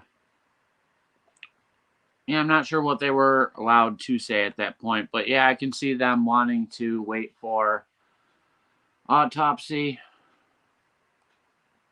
The video we played,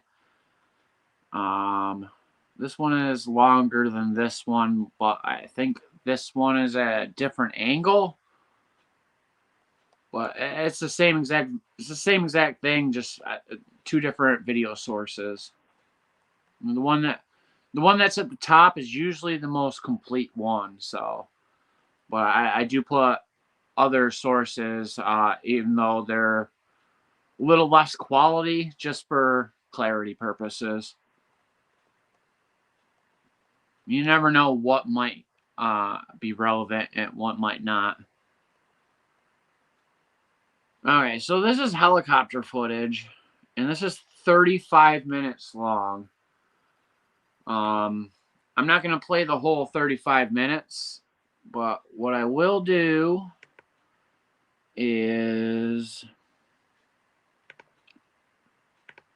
just pop the link in the chat here.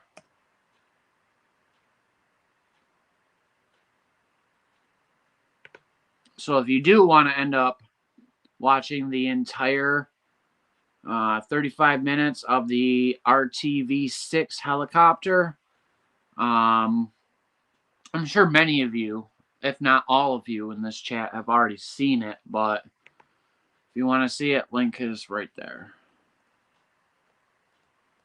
It's long. That's why I'm not going to play it. All right, so this is what I was talking about earlier. I was meaning to clip this all up before uploading it, but for some reason wires got crossed in my brain and end up so. This is all the WTHR video footage from that day, or not all of it, but let's I think 4 clips, and it kind of it goes in sequential order, but I was supposed to clip this up, so it was because it's all different times of day, so I'll just play it. 15 minutes long. 2 bodies found east of Delphi. That discovery made during the search for 2 13-year-old girls, Libby German and Abby Williams. Now, this is the area we're talking about, Delphi, Indiana, a tight-knit community here in Carroll County, and they came out strong searching for these girls today. John, the firehouse was headquarters for this search. Hundreds of volunteers coming through here, along with police and firefighters and searchers. The bodies, they were found about 2 miles from where we are standing. This is an area east of town by a couple of miles. The most recognizable landmark is the Freedom Bridge. The crime scene, though, is along Deer Creek, a remote area well off the popular trails and scenic walkways used by many of the people in Delphi. The hope among hundreds of searchers turned to heartbreak. Well before authorities announced that 2 bodies were found, the faces and tears of firemen, lawmen, and volunteers told the tragic outcome. We are investigating this as a crime scene. We suspect foul play. We have not made positive identification of the 2 bodies. The bodies were found shortly after noon outside of town along the banks of Deer Creek, about 3/4 of a mile upstream from the teenagers' last location. A Snapchat photo taken by Libby German put her and her friend Abby Williams on the abandoned Monon High Bridge early Monday afternoon. They were enjoying a day off from school. The pair never arrived at a location a relative was supposed to pick them up. It's been a long several hours. It's played tremendously on the emotions of the community. So if you can group up, like somebody's got a pickup truck or something. Hundreds of volunteers joined firefighters and police from across the county. They searched and researched a 20-square-mile area, walking through creek banks, the remote woods, wide fields, and buildings. Many of the volunteers know the girls and their families. Yeah, we do take it personally. We don't know what's happened here. Hours before the bodies were found, we spoke with Libby's grandfather, Mike Patty. Very, very good kids. I mean, they're sports oriented. That's their relationship together. They play a lot of sports together, volleyball, softball, baseball, whatever it is. Investigators wanting to protect the evidence are releasing few details. The presumed murders occurred in a popular, well-used hiking area. Should people in the community be afraid right now? Delphi Police Chief Stephen Mullen. I think people are smart enough in our community to draw their own conclusions about what they should feel and shouldn't feel.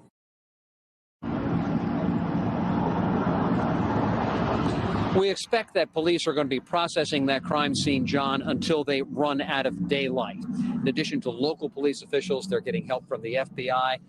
Autopsy results should perhaps provide some answers to the questions a lot of Delphi residents are asking. Yeah, the response here has been overwhelming by law enforcement agencies. Thank you, Rich Van Wyk, tonight. Now, not just the law enforcement agencies, but the people here in Delphi have been quite affected by this. If you do a search of crime statistics, crime rates are low here in Delphi.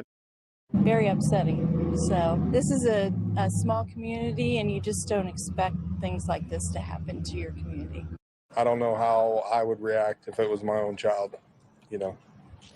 It's hard to explain. It's sad what our world's come to, you know. 2 little girls can't walk home from school without getting home safe.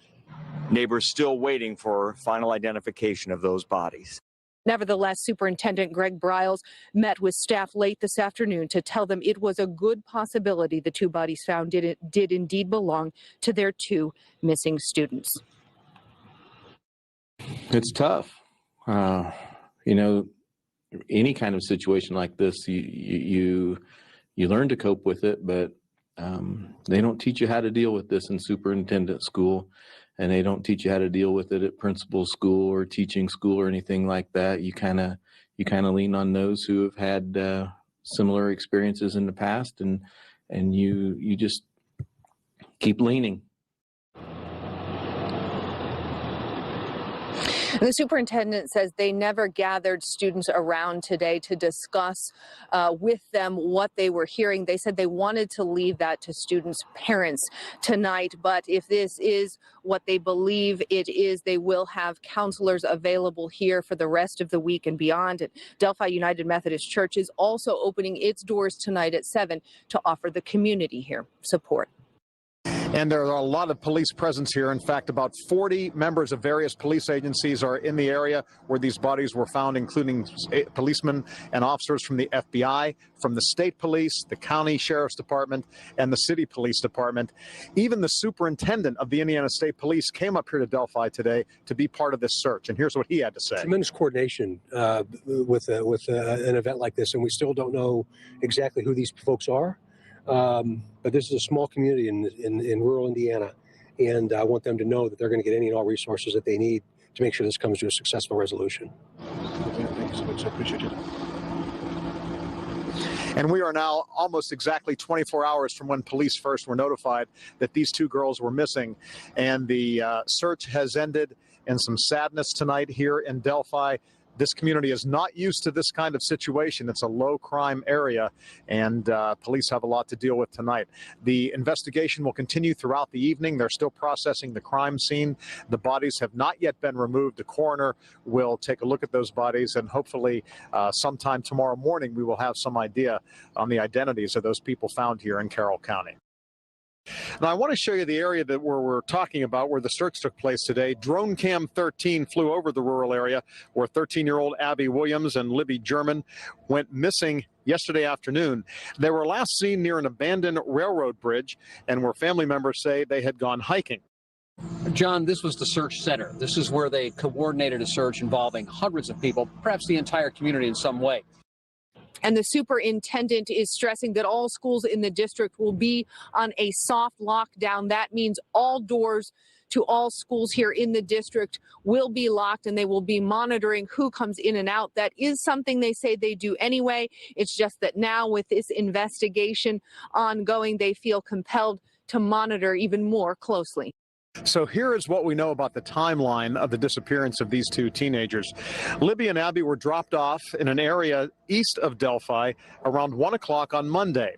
The family tells us the last thing they found was a picture on Snapchat of the 2 at the bridge over the creek. That was around 2:30 p.m. When family went to pick them up, they couldn't find the girls and called police at about 5:30 yesterday evening. And then this afternoon, the sheriff's department said 2 bodies had been found. Foul play was involved. But again, and we want to be very clear about this, they did not identify the bodies as those of the 2 missing girls. Now, when the search for these girls got underway yesterday, many of our viewers reached out asking why police did not issue an Amber Alert. The state of Indiana takes a few factors into account when making that decision. First of all, the children involved must be younger than 18 and believed to be abducted or in serious danger. Now, police also have to have enough descriptive information to believe the alert would actually help them locate the information and locate the victims. In this particular case, the Carroll County Sheriff had said last night they had no information to lead them to think the 2 teens could face serious harm. Tuesday night, Indiana State Troopers guard all routes into the crime scene outside Delphi. Here's the area by day from Drone 13, Police deployed along the cemetery and Deer Creek, where 2 bodies were found just out of the water. Investigators working to find if they're the remains of 2 13-year-old friends who disappeared Monday afternoon. It's tragic. I mean, this is a family.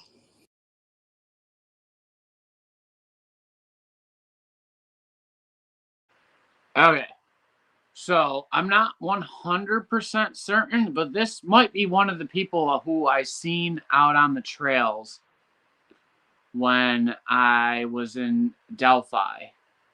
I was out there in the afternoon one day after school had let out and after work had let out for the day, and I had seen a person with a child. This could potentially be the person. I'm not 100% certain. I got to go back in. One of the next live streams I'm going to do, I'm going to go through all of the live video that I took, because I have not watched it since. I have not watched it at all. Everything that I've been saying is all just off of recollection, and so at some point, I believe the next live stream I do, I will be going through all of the live footage that I took, as laggy and bad as it is, and we're gonna see. I just want to see for myself what actually was taken and what was lagged out, and because I did see an arrangement of skulls on the private drive. Looked like folk art, or maybe like a hey, don't cross here type of thing. But yeah, the next live stream I will be going through all of the live footage that I took on the 15th, 14th, 15th, and 16th of September. So yeah, next live stream I do. And I think this might be her, but I could be wrong. It could be another person. It's either this person or another person. We'll try to track that down on the next live stream. But anyways, I'll continue. This is a family town, so we all have kids around here, and that's kind of scary. In fact, the crime scene is about a football field out her back door. She was away Monday afternoon when the 2 missing girls, Libby German and Abby Williams, were reportedly dropped off nearby to go exploring an old bridge, but they never showed up at the rendezvous point a few hours later. Jennifer hasn't seen anybody suspicious in the woods here. You know, you don't even look for that, honestly. It's not something you expect to see. I mean, I'm from California. So to me, this is a safe haven. Why do you believe that there is foul play? Just the way the bodies were found. Police not saying how the victims died yet, and when asked if residents should be afraid that a killer is on the loose. I think people are able to draw their own conclusions about this situation, and they are smart enough to figure out that what the situation warrants them to think. John, this is a community that is hurting, and they came to church tonight to pray about that. Hundreds prayed for the families of both of these girls and everyone else who is touched by what's happened. They accepted like anybody. That's what 6th grader Abby O'Neill and her sister say they love most about Libby German and Abby Williams. It's hard. Words don't come easy right now, but tears do, especially when these sisters think about Libby, the girls all on the middle school swim team together. She was nice to everybody. For their mother, it isn't any easier. I can't imagine what the other parents are going through right now. I mean, the girls were my girls' ages, and I can't even put myself in their shoes. Just kind of floors you. It numbifies you. You just don't know how to put anything into perspective or words. Gail Fry is close with Libby German's family and is heartbroken over both girls' disappearance. Very quiet, but yet she had a presence that you knew she was going to accomplish things. Even those who say they don't know either family firsthand know someone who does. They're grieving for their community, but mostly mourning for the girls' families as they wait for police to identify the 2 bodies found. Just a half block down the street from the police station, people are thinking about the girls at the sandwich shop. It's a family place. Burgers, fries. and a sigh of concern over the day's news. I just can't believe, that it really happened. Marcia Rossiter is raising her 11-year-old granddaughter, Caden, and for her, this is hitting very close to home. Yeah, she used to sit with the one girl on the bus, so it really bothers her. Of course, all the kids are upset. On the other side of the room, the Lowrys and their 14-year-old son, Cullen, who said he heard the news at school on social media. We just told him not to go out, not to go anywhere. And he's already accepted that his world has changed in the last 24 hours. I'm going to be more careful about stuff. I know that. Cullen's dad, Kenny, has lived here his entire life and is still processing what happened. It's not like they did anything wrong. In this community, you can walk around like that. You don't have those fears. And then for something like this tragedy to happen, we just don't understand it. But they do understand the need to be more vigilant with their own children as police work to solve a crime that hits so close to their homes. We're bringing you up to speed here on what we are expecting here in the day ahead. Hopefully some answers, because it's what so many people here in this community are desperate for this morning, especially as they hug their children and send them off to school. In the day ahead, we are expecting autopsy to be performed at 8 o'clock this morning in southern Indiana. From there, we should get a lot of information. That includes how those two people died, because that's something also we do not know yet from police here in this area. We are also expecting to learn the names of those two victims as well. Is there anything any procedure that is changing for the children or the parents this morning that they need to know? Well, one of the things that we're doing is here in the community, any student that needs a ride to school, whether they ride the bus on a normal basis or not, they are welcome to go to a bus stop and get on those buses. So we have a lot of walkers, and if the parents feel that a bus ride is safer, then they're welcome to get on those buses. Our bus drivers are open arms. All right, that's good to know. And what about how you will address the student body today, or will you? We still have two young ladies that are missing. And as you had stated, it has not been confirmed that the bodies found yesterday were our students. But we still have two students missing. We're going to be very cautious in the way that we handle the situation. Our parents last night were able to have conversations with our students. And as we move forward into the day, we will have the services available. We're not going to pull our student body together. We're going to let the professionals handle that. We talked to someone who knew the girls quite well. It's just happening so close to home. I've seen it at other busy places, but Delphi, nothing happens here. It's like, how could this be happening here in Delphi? How can it happen here? So a lot of unanswered questions. Grief this morning. I'm a parent myself. When I heard the news about these girls yesterday, disappearance and then bodies being found, my heart went out to this community.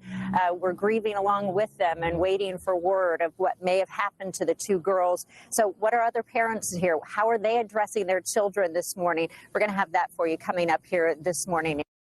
Well, we've learned just how big of a task I think that investigators are up against. We're at the Delphi City building. We've seen police coming and going this morning. We are told dozens of investigators are checking out hundreds of tips that have been relayed to the police. At the same time, they're still investigating the crime scene. It's a couple of miles outside of town. It is a remote area well off the public trails the girls were hiking Monday afternoon before they disappeared. The FBI is working with state and local police. I am told they're quite literally turning over every leaf in that crime scene, looking for any possible clues or evidence. They're also interviewing friends of the two girls for any information that might be helpful there. Everyone seems to have their eyes on Terre Haute, where the autopsies are underway. State police have told us they will advise us when the autopsy is done and provide what information they can from those autopsies, just how those bodies are identified. When we find out something, Scott, we'll tell you about it. Yeah, state police say it's taking a little longer than normal to do those autopsies, and a news conference expected at some point later today. We do have some breaking news from Carroll County. There is word now from Delphi that the two teenagers missing since the other day have been confirmed as the bodies found yesterday near Delphi. They are Libby German and Abby Williams. Here are their pictures. There is a press conference going on right now. Let's see if we can listen in to hear what the authorities are saying.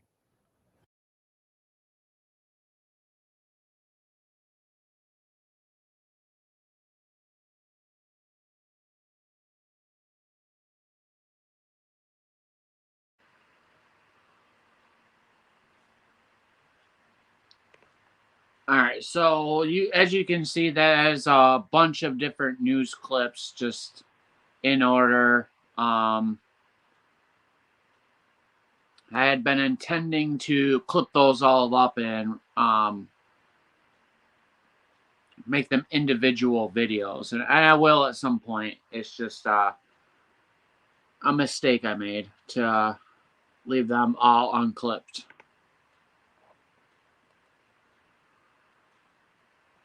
All right, so this is WTHR. So some of these videos I might play might be the same thing.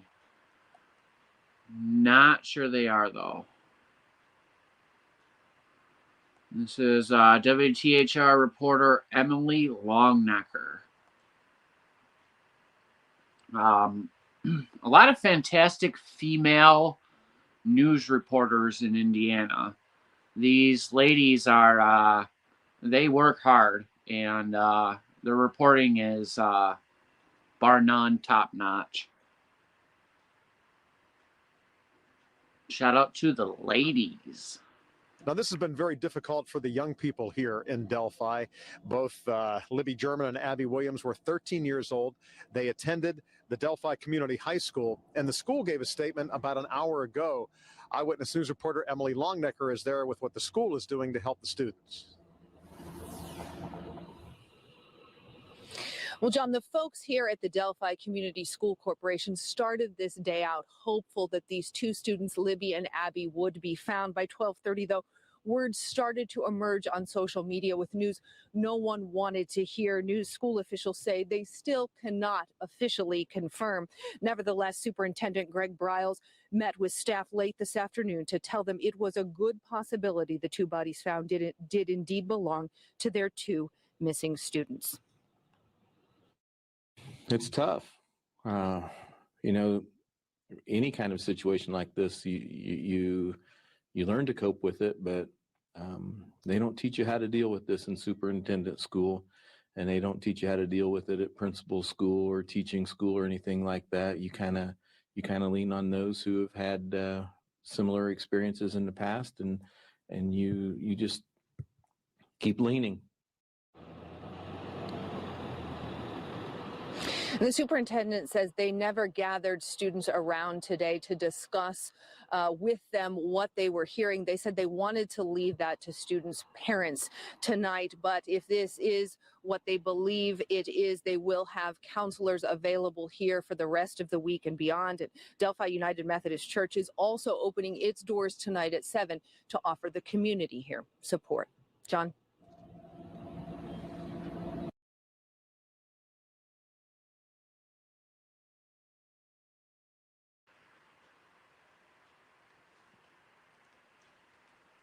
For the community.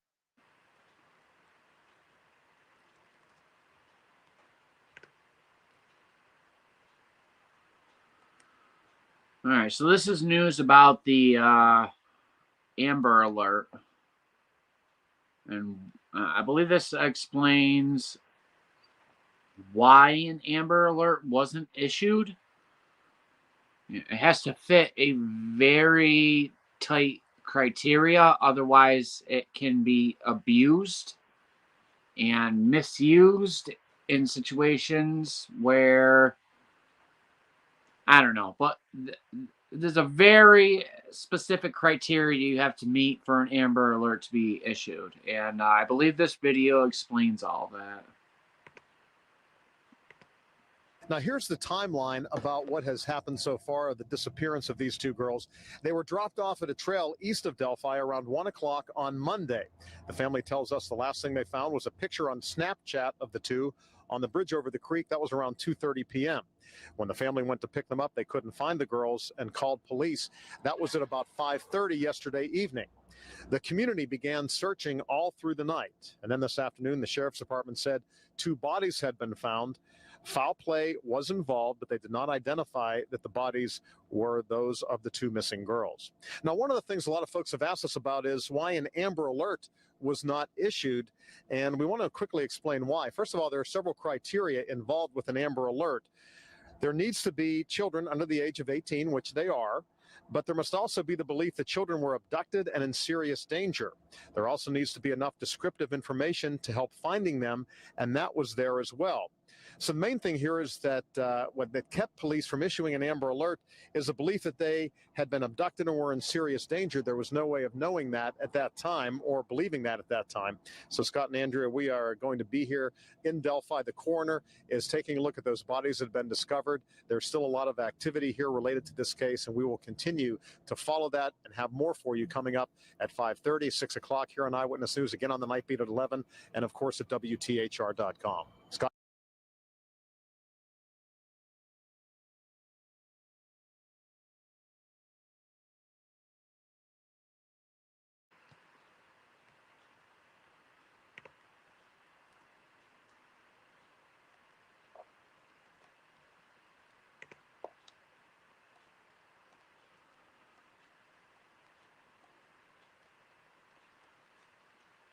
I think we just saw this earlier,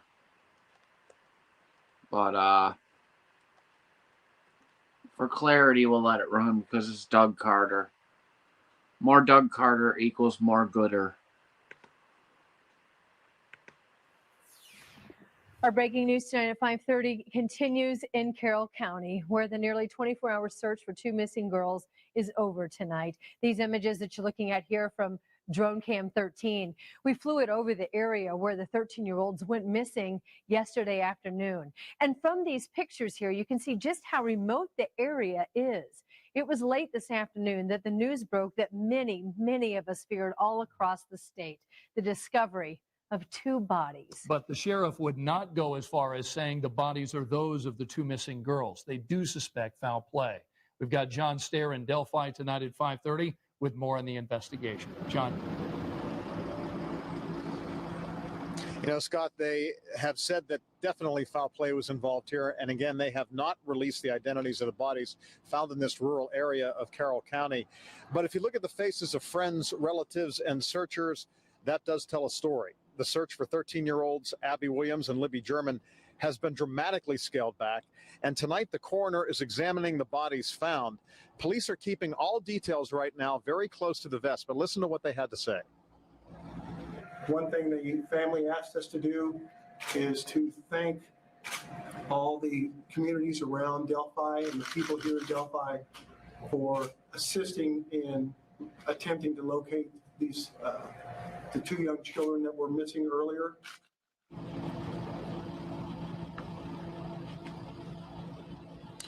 And there are a lot of police presence here. In fact, about 40 members of various police agencies are in the area where these bodies were found, including policemen and officers from the FBI, from the state police, the county sheriff's department, and the city police department. Even the superintendent of the Indiana State Police came up here to Delphi today to be part of this search. And here's what he had to say. Tremendous coordination with an event like this, and we still don't know exactly who these folks are. But this is a small community in rural Indiana, and I want them to know that they're going to get any and all resources that they need to make sure this comes to a successful resolution. Thank you so much. I appreciate you. And we are now almost exactly 24 hours from when police first were notified that these two girls were missing. And the search has ended in some sadness tonight here in Delphi. This community is not used to this kind of situation. It's a low crime area, and police have a lot to deal with tonight. The investigation will continue throughout the evening. They're still processing the crime scene. The bodies have not yet been removed. The coroner will take a look at those bodies, and hopefully sometime tomorrow morning we will have some idea on the identities of those people found here in Carroll County. That's it for now. We'll have more for you coming up on Eyewitness News at 6. I'm John Stair, Channel 13 Eyewitness News in Delphi. Scott and Anne-Marie, back to you.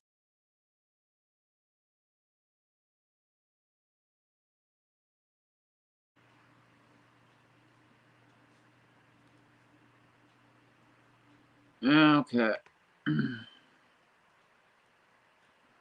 Now, I believe that clip you just seen there was the very first time, regarding this case at least, that Doug Carter made a statement.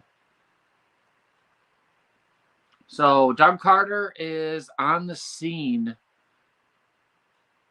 the day the girls were found. That's like as early as his involvement is from the beginning, basically.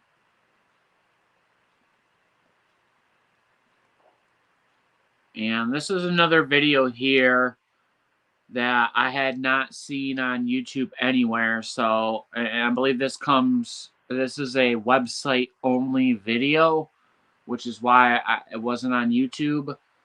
At least I don't think it was. So if it was, you can correct me. But this is a video I uploaded on my other channel because I couldn't find it anywhere else on YouTube. Today's tragic news out of Carroll County. We wanted to take some time to answer a question you frequently ask us right here at RTV6. How does law enforcement make the decision to issue an Amber Alert? An Amber Alert was not issued in the case of Abby Williams and Libby German that we have been following for you this week. Now, that's because the disappearance of the teenaged girls did not meet the criteria for an Amber Alert laid out by the Justice Department. You see the criteria there on your screen. We also have information on how Amber Alerts are issued right now up on the RTV6 mobile app.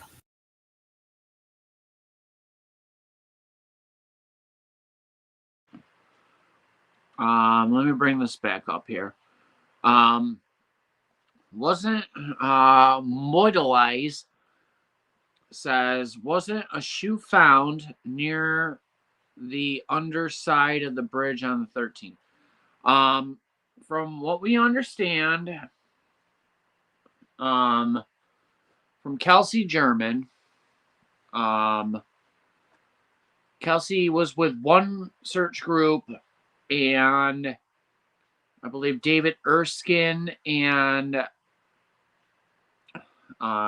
David and Anna's other sister's husband. So it's David and their sister's husband screamed up to them, hey, what kind of shoes were they wearing? Because they had found a shoe. And Kelsey screamed out what shoes Libby was wearing, and possibly Abby. And then at some point, somebody has their cell phone camera and they're trying to focus on a deer. And the deer moves and they look over and they see the bodies. So yes, a shoe, according to, I think, multiple sources, a shoe was found. And that led to the discovery of the girl's body very shortly afterwards. It seems like all of this happened within a very short period of time. Kelsey had said she and the group were crossing the bridge to get to the other side, and as they crossed to the other side of the bridge, somebody yelled up. So it's all within a very short period of time. But yes, I believe the shoe being found is factual, but the police have never come out and said that. But there seems to be evidence pointing towards the shoe being found. So yes, that is true. So this is pretty cool. So when you watch this video, you can see unresolved crimes, interview with 13th searcher. Video comes up in what YouTube calls an impression. So it's pretty cool that unresolved crimes is actually getting promoted by YouTube, basically. So they want you to click on this video, and it's got 2.8 thousand views at the moment, which is awesome.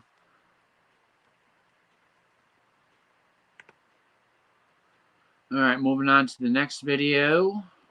This one does not have a label, so I got to go back and change this.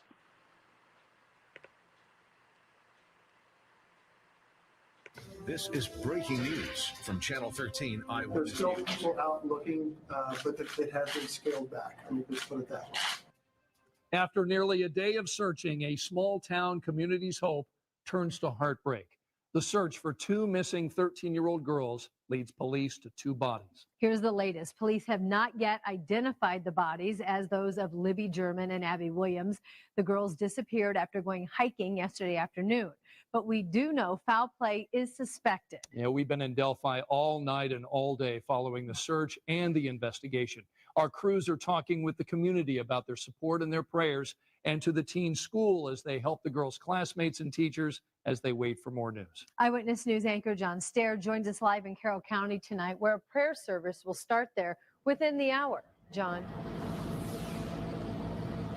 Yeah, that service will begin at about 7 o'clock at the Delphi United Methodist Church. The church is opening its doors to the community for support after what has been a very difficult 24 hours here. Now, I want to show you the area that we're talking about, where the search took place today. Drone Cam 13 flew over the rural area where 13-year-old Abby Williams and Libby German went missing yesterday afternoon. They were last seen near an abandoned railroad bridge, and where family members say they had gone hiking. Eyewitness News reporter Rich Van Wyk joins me now here with what happened in the hours after they vanished and what police are saying about all of this tonight. John, this was the search center. This is where they coordinated a search involving hundreds of people, perhaps the entire community in some way. They started out with lots of hope. It ended with tears this afternoon. About 200 volunteers. They worked with firemen, volunteer firemen, police officers, and others searching a 20-square-mile area of the county. They concentrated on the last known whereabouts of the teenagers. A Snapchat picture posted early yesterday afternoon put the pair on that abandoned Monontal Bridge. About 24 hours later, searchers found 2 bodies about 3/4 of a mile upstream from that bridge. They were along the banks of the Deer Creek in a remote area most hikers and walkers wouldn't go into. We are investigating this as a crime scene. We suspect foul play. We have not made positive identification of the 2 bodies. It's been a long several hours. It's played tremendously on the emotions of the community. Police aren't releasing the gender of the victims. However, the search for the 2 missing teens, although not officially called off, has been significantly scaled back. Delphi County and state police are working on this. John, they're getting help from the FBI. They're at the crime scene. They'll be focusing on that through the night. We await tomorrow morning's autopsy report to perhaps confirm identities and learn more about this mystery that's beginning to haunt this community. Yeah, around 40 law enforcement personnel out there. And you know, when kids are involved, it's awfully tough. People take it personally. Yeah. All right, thank you. Rich Van Wyk tonight. Now,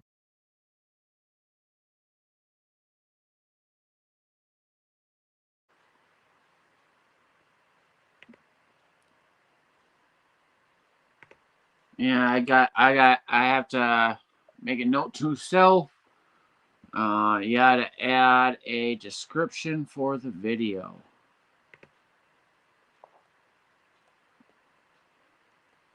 And another one here. I'm not sure why I didn't put a description for these videos. These are early on videos, so I'm not understanding why I didn't put a description. Maybe I did, but I just didn't paste it. I don't know, but I apologize for that. I'm going to try to do better. Good evening, I'm Jeff Smith. And I'm Kayla Sullivan. Thanks for joining us. Well, more than 24 hours after their disappearance, new information surfacing possibly connected to the case of 2 missing teenagers from Carroll County. News 18's Brad Oppenheim and Alexis Mulberger have live teen coverage from Delphi. Brad, walk us through what police know so far. Jeff and Kayla, 2 bodies were discovered around 12:15 this afternoon, just east of Delphi, not too far from where I'm standing, actually, near Deer Creek. Now, although their identities are unknown, they were found less than a mile upstream from the Monon High Bridge, where 13-year-olds Liberty German and Abigail Williams were last seen yesterday. The FBI, Indiana State Police, the Carroll County Sheriff's Office, and Delphi Police are all working the investigation. At this time, the area has been deemed a crime scene. As of 2 o'clock, the search for the missing teenagers was not officially called off, but it has been greatly scaled back. Now, also, Indiana State Police Sergeant Kim Riley recently tweeted out that there was nothing new to report. Delphi. I just want to jump in here. I believe Becky Patty owns a real estate business. along with her husband. I'm not sure if Mike had always been part of the real estate business, but that's what I believe that's what they're doing now, is selling houses. So I just wanted to throw that in there real quick. Police Chief Steve Mullen says he's leaving it up to the community to decide how they want to react to the news. I think people are smart enough in our community to draw their own conclusions about what they should feel and shouldn't feel. Our people are very smart. We have a very good community, and they are very strong. And they are able to draw their own conclusions about this whole situation, I think, quite successfully. Sheriff Lesby says it's been a long several hours and emotions are running high throughout the community. He says if anything positive can be taken away, it's the outreach of support from the community. Now, officials did make it known that family members wanted to thank everybody assisting to locate the children and wanted to express their gratitude toward the hard work. Now, News 18's Alexis Moberger is here in Delphi as well. She has more on how the community is reacting to this turn of events. Alexis? Brad, it sure has been a long and tough day and a half for many here in Carroll County. Many spent hours searching for Libby German and Abigail Williams starting yesterday when the two girls went missing. Now, many people we've been speaking to say they have more questions than answers. We did speak with the school superintendent of Delphi Community Schools, and he says there will be counseling services for students at the elementary, middle school, and high school throughout the week. He says there will be school for the rest of the week, mostly to make sure students get the counseling and services they may need. Superintendent Greg Bryle says he's thankful for all the care and support he's already seen from the community to help his students who are grieving. I think our day was disbelief and kind of questions. You know, why did this have to happen to our students in Delphi? Why did this happen in our community? Bryle says all after-school activities are canceled for the rest of the week. Now, in a little bit less than an hour, there will be a candlelight vigil held for the two girls here at United Methodist Church in Delphi. We're told that hundreds are expected, and it's going to be a way for the community to try and heal and get through this. Reporting live in Carroll County, Alexis Moberger, News 18.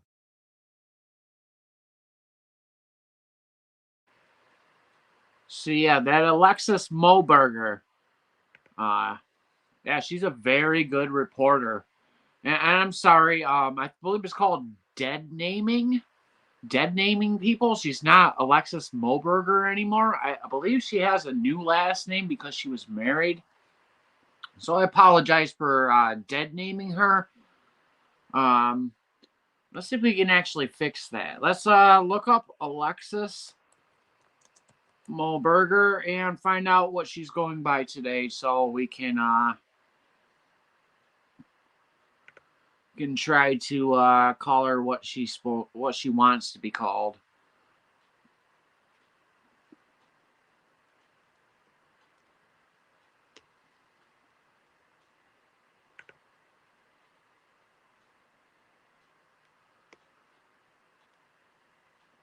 Well, according to Instagram and Facebook, she is still going by Alexis Moberger. So I guess I'm not dead naming her. She's still going by Alexis Moberger. So yeah, she's a very, very good reporter. And yeah, I just want to make sure that I'm representing her the way she wants to be represented. And apparently she's still going by Alexis Moberger. So, cool. I have not been saying at least her name wrong this whole time.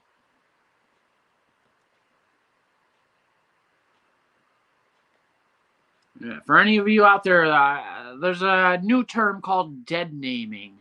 It's for people who have changed their name, and it's when you call the person by the name they formerly went by. It's called dead naming. Some people don't take offense to it because, you know, and some people do. So just try to be respectful. All right, so this next video is at some point during or after the Candlelight Vigil, Alexis Moberger is doing a live report.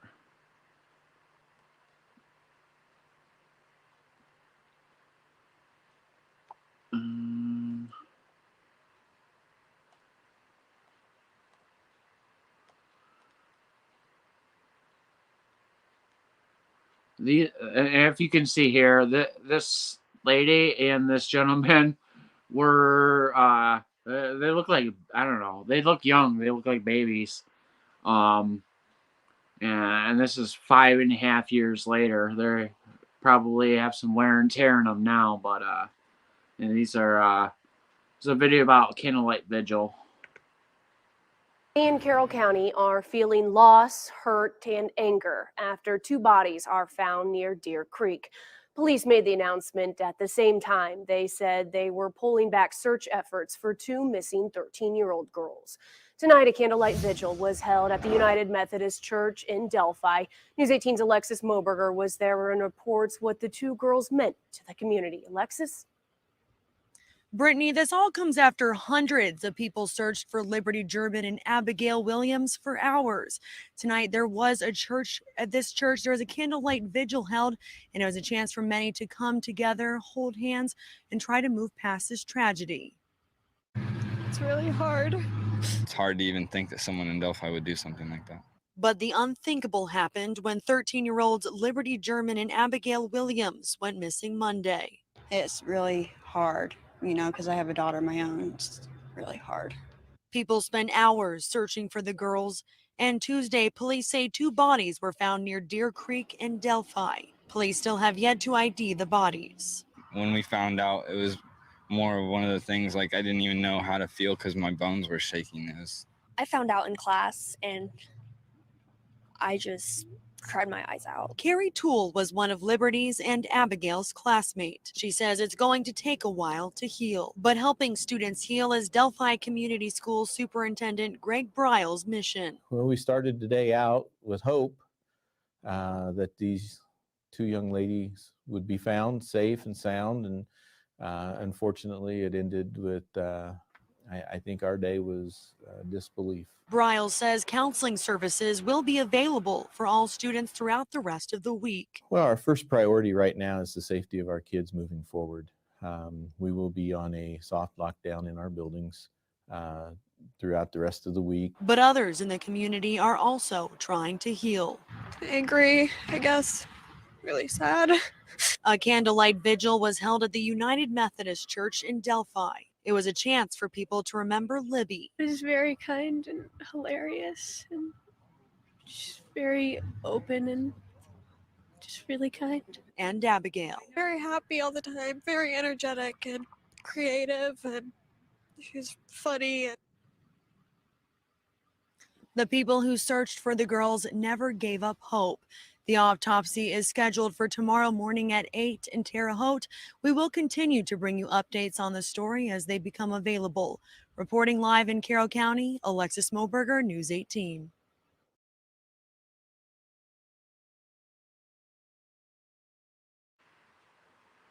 All right, so William M.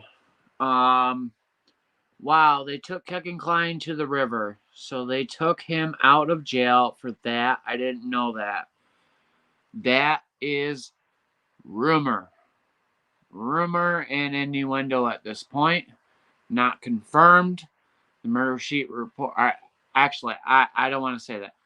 I don't know if it's the murder sheet, but I had heard somewhere along the line that Kevin Klein may have been down at the river with the police to point out where something may have been thrown out, but that is just rumor, and I'm not going to present it as anything else but rumor at this point because I do not have a direct source. If you have a link and you want to send it to me, I will pop it up on the screen and we will clear all that confusion. But until then, from what I understand, that is rumor that Kevin Klein and even his lawyer, Kevin Klein and his lawyer were at the river. So that is the rumor. Let's get caught up on the chat here real quick. Yes, KK is cooperating in some capacity, it appears. According to murder sheet sources, that seems to be the case.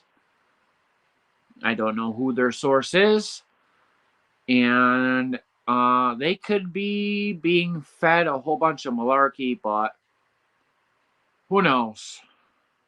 I tend to lean more towards their source being correct. Otherwise, they're making complete fools of themselves by releasing false information.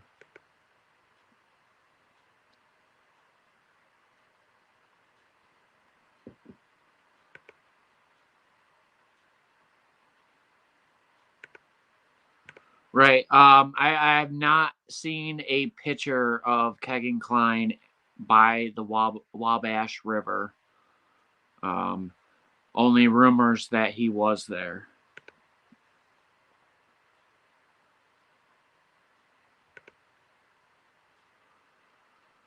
Yes, also rumor is that Kegan was taken to an Air Force base that is in Indiana, and from what Kegan claims to a person he spent time in jail with, he was taken there for medical reasons. Now, Kegan Kline is a liar, so who knows why he was at the Air Force base, or if he was actually at the Air Force base. Again, you have to take anything that doesn't come from an official source, such as law enforcement or the FBI, etc., with a grain of salt. But I believe the murder sheet has been pretty spot on so far. So I think we can trust the lovely Miss Anya Kane and the handsome Kevin Greenlee.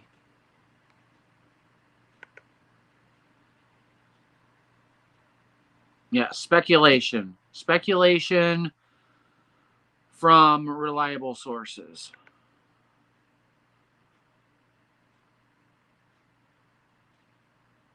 Yes, this is also true.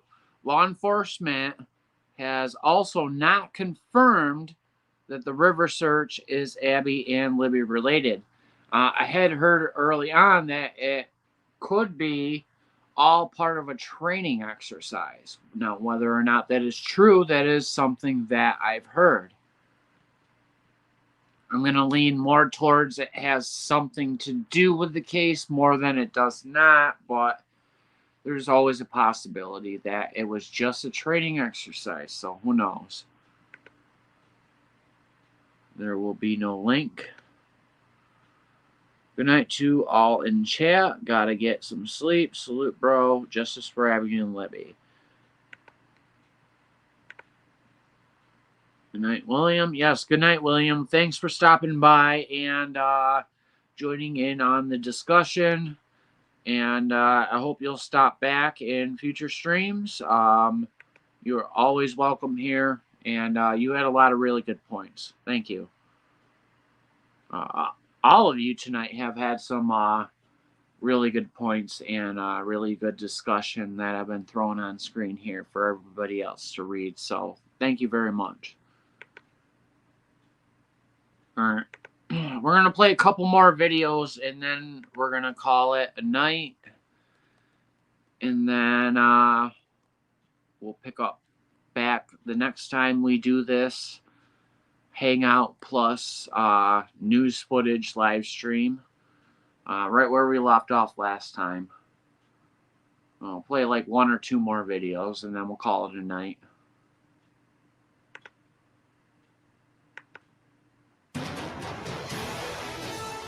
From Indiana's news leader, Eyewitness News Nightbeat starts now. It's been pretty devastating for her and all of her friends as well because they all know that. So how do you explain something like that? You don't. And then my little boys, they're like, well, why can't we go play in the front yard? And I'm like, well, because it's probably not really a good time right now to do.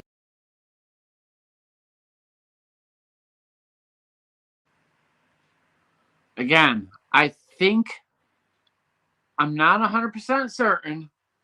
I think this was one of the people I saw on the trails when I was in Delphi, Indiana. I believe this woman was with a child. I'm not sure if it's her child or not, but she was with a child. I think this might be the lady who I seen on the trail. And she was very pleasant, and the kid was hilarious. You'll see this when I go through my live stream if any of it's on there because of the lag. I mean, there's so much lag, and I'm sorry for that, but Indiana has terrible reception. But this might be the lady I've seen in person live. Do that, you know. More than a day after two teenage girls disappeared during an afternoon hike, two unidentified bodies are found. Family, friends, and police all struggling to keep it together. As you can imagine, it has been a very difficult day, a very painful 24 hours so far for so many people across our area tonight. A feeling of despair and anxiety that any parent truly can relate to. But tomorrow we should finally get some answers about the two missing girls in Delphi. An autopsy is scheduled for 8 o'clock in the morning to help police identify two bodies discovered today. Now, they were found near the place where 13-year-old Libby German and Abby Williams both disappeared. And with so many unanswered questions tonight, their school is also taking extra precautions tomorrow to keep other students there safe. Eyewitness News anchor John Stair has been in Carroll County all afternoon and night following this ongoing investigation and the community's response. John?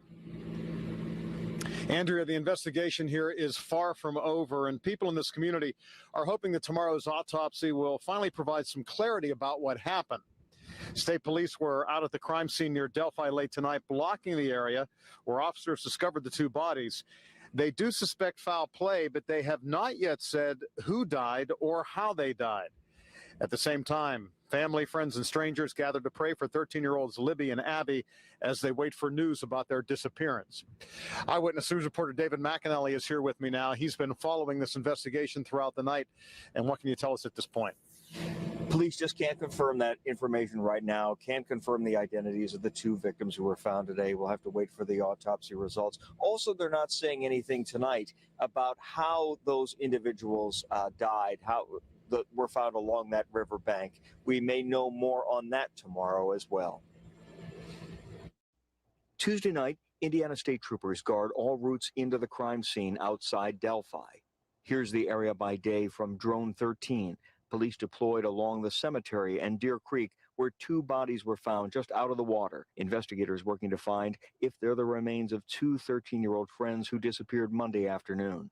It's tragic. I mean, this is a family town. So we all have kids around here, and that's kind of scary. In fact, the crime scene is about a football field out her back door. She was away Monday afternoon when the two missing girls, Libby German and Abby Williams, were reportedly dropped off nearby to go exploring an old bridge, but they never showed up at the rendezvous point a few hours later. Jennifer hasn't seen anybody suspicious in the woods here. You know, you don't even look for that. Honestly, it's not something you expect to see. I mean, I'm from California. So to me, this is a safe haven. Why do you believe that there is foul play? Just the way the bodies were found. Police not saying how the victims died yet, and when asked if residents should be afraid that a killer is on the loose. I think people are able to draw their own conclusions about this situation, and they are smart enough to figure out that what the situation warrants them to think. In downtown Delphi, shock. You've got the flowers there and the like, Valentine's Day. Does this take a lot of the joy out of this holiday? I think it does. You know, I'm taking these home to my wife and my daughter, who's 13. I prefer not to comment. It's been a very difficult thing. It has been, yes. Back at the police checkpoint Tuesday night, just a stone's throw to Jennifer's house, the crime scene is more than physically close. Her stepdaughter knows the victims. This is kind of a shock, and my heart's breaking for the moms right now because I know how it is. Police passed on from the family to the community the thanks that the family has for everyone who participated in the searches over the last 24 hours for those missing girls. And also expect to see, John, tomorrow out there, more technicians, crime scene technicians working back on that scene as well. Yeah, and I think we should mention too, David, that this is a small town, and everybody seems to have a connection to the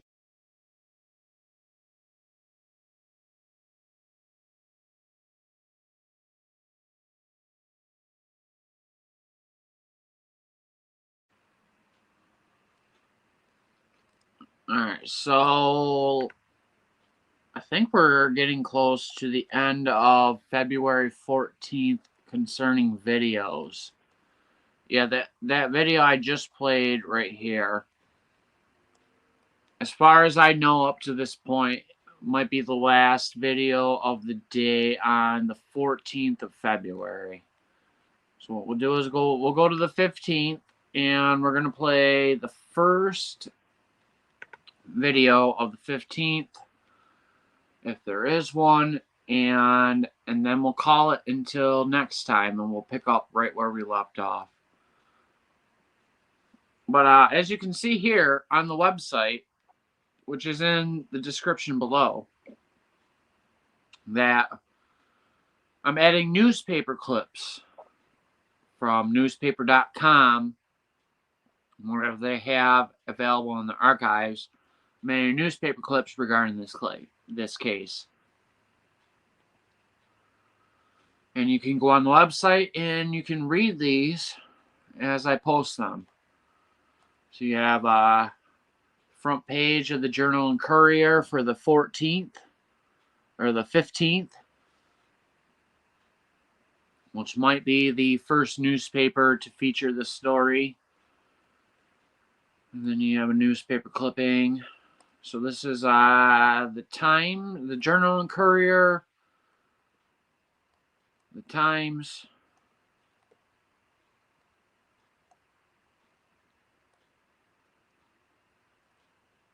Indianapolis Star,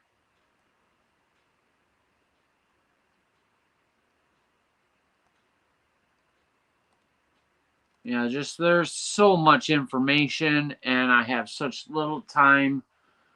Tipton County Tribune.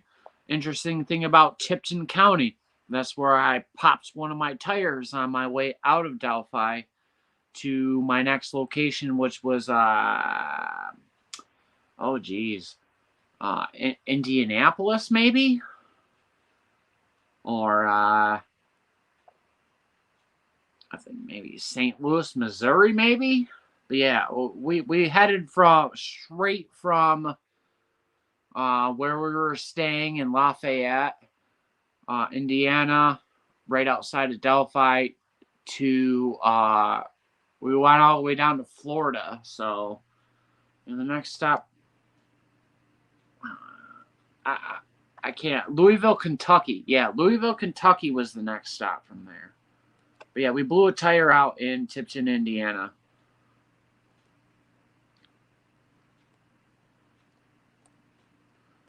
All right, we'll play this video here. Actually, we played this earlier. It was part of that one clip that I had a bunch of videos on. So we can't play this video here because it has copyrighted video or copyrighted music on it, but I would recommend you go and watch the video Michael Dilligaff created as a tribute to Abigail. I can't play it here because it has a actual song, but here I'll mute it real quick and just play a little bit of it muted. Let me see what song they used.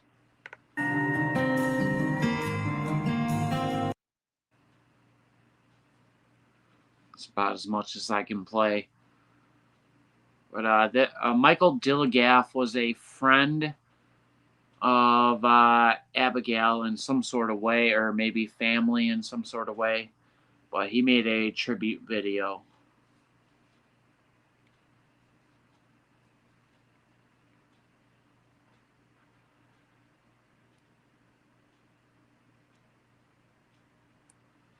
The video is much better with the music, so I recommend going to watch this video.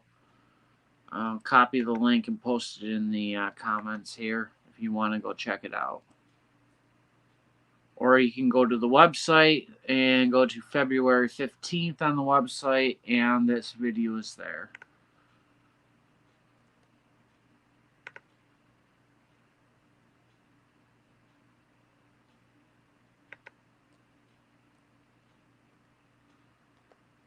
Alright, so what's the first video we can play here? Alright, Indiana State Police and Carroll County Sheriff's Department hold a press conference. And this is a 16-minute video, and after this we're gonna of the two females. After this video we're gonna call it for the night. So some of you are gonna take off here, so I just wanna wish you all a good night, and I hope that you're all safe. If you're not safe, try to flag somebody down. Do what you can. But anyways, we're going to let this run. We have identified the bodies of the two females that were found out yesterday. The bodies have been positively identified as Abigail J. Williams, 13, of the Delphi area, and Liberty Rose Lynn German, 14, of the Delphi area. The two girls were reported missing on Monday, February 13th. The bodies were discovered about 12:15 on the 14th in the woods just east of town here by volunteers that helped in the search of the children after they were reported missing to the Carroll County Sheriff's Department. Family has been notified. This is considered a double homicide investigation. No further information will be released at this time. We are asking for anyone to come forward who has information that were either on the Delphi Historic Trail yet there on Monday, especially if they were near the Monon High Bridge, that they might have been seeing somebody out there. They may have taken pictures where somebody might be in that photograph. If they were out there doing that kind of stuff, we need that information. We would love to have pictures of that, just to clarify what we got going on out there. You can contact the Carroll County Sheriff's Department or the Delphi Police Department, both at the same number, 765-564-2413, or you can contact the Indiana State Police, who's assisting, at 765-567-2125. The families and all law enforcement would like to thank all those who volunteered their time assisting and helping in the search for the two girls. Without their help, it may have taken longer to locate and find the young lady. Is there any questions out there? Is there a threat to anybody else in the community? I'm sorry, what was that? Is there a threat to anybody else in the community? I'll let you answer that. At this time, we do not believe so, sir. Does that mean you have a person of interest in custody or a suspect? We do not, sir. Can you tell us the cause, the manner of death that the autopsy? No, we cannot do that at this time because of the investigation is still in its baby steps, so to speak, and we don't want to put that information out yet. Can you describe for us the scope of the investigation, the resources, the people, what's going on with the investigation? The Carroll County Sheriff's Department is the lead investigation. They've asked us to help. The Delphi Police Department is assisting. We have the FBI, what's called the ERT team, which is the evidence collection team that is here, and they're also providing other resources at this time. We have not put all of it together yet. In the experience that the two of you have, the scope and size of this investigation, how does this investigation rank in all the others who have witnessed or participated? Well, both of us came on about the same time. We started in '86 with the Sheriff's Department. I started in '86 with the State Police. And this is one of the larger ones that I've been involved in myself. I'm not saying there hasn't been larger ones the department has done, but we are using resources from all the way from Lowell, Fort Wayne, and the southern part of the state's police, state troopers to help in solving this crime. How confident are you that you're going to track down the other members of the crowd? We will stay on the job until it is done. Who was the last homicide? Sure. Honestly, can't recall, Ron, but We've obviously had them, so I can't recall off the top of my head. If you can't say how the girls were killed, can you say whether they were killed at the spot they were found or at a different location? We're not, at this point in time, I don't even want to mention that either. Can you talk about who was able to find the bodies? And we had heard some different things, maybe from search members or was it law enforcement that was able to find the bodies? It was originally the search members. We did have police officers were involved in the search, but it originally was volunteers that found the bodies. I saw a lot of police and fire personnel at that scene today. Can you tell us what they were doing there exactly? They're still collecting evidence at the scene. The FBI's team is still out there, plus our Indiana State Police crime scene investigators are also at the scene. And that probably will go on the rest of the day. Sheriff, a little bit earlier, you answered the question. You're pretty far away from the microphone here. Should people in this community be concerned about someone running around targeting kids? My response is no. I feel safe for this community. Whether or not folks should be alert and watchful, that's a true statement, a fair statement. But we always encourage that folks always do that. Do you think it was a random act or? We're not going to comment on that this time. Whether or not people should be concerned, is it the case that there is a killer on the loose? I'd have to say yes. I mean, we have nobody in custody at this time. So as far as I'm concerned, yes, there is somebody out there that did this horrendous crime, and we're going to track them down. Based on the evidence that you have, do you have any idea if you're looking for one or multiple people? I'm not going to comment at this time on that.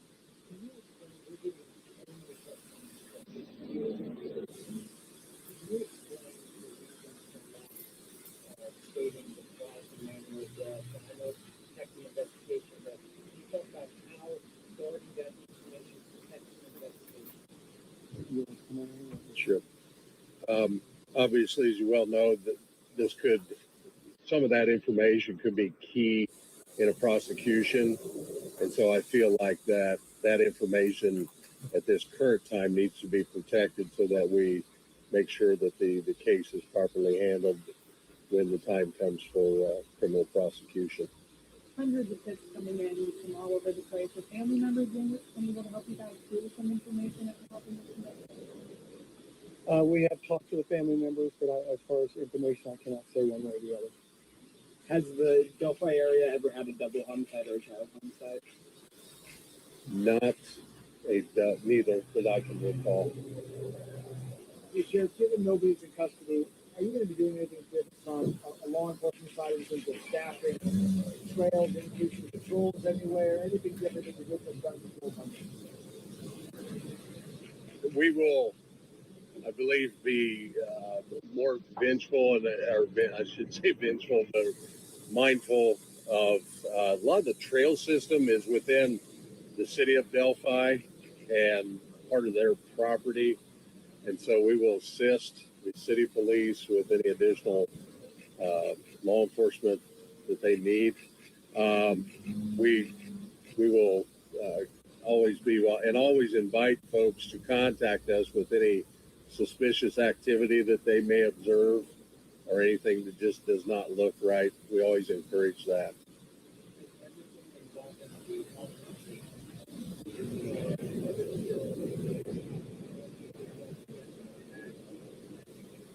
There's still, the toxicology reports are yet to come. I mean, that takes anywhere from 4 to 6 weeks. I believe the initial on the 2 girls is done or just about completed. Can you comment on any kind of injuries that the girls might suffer? No, I'm not going to comment on that. Anything else?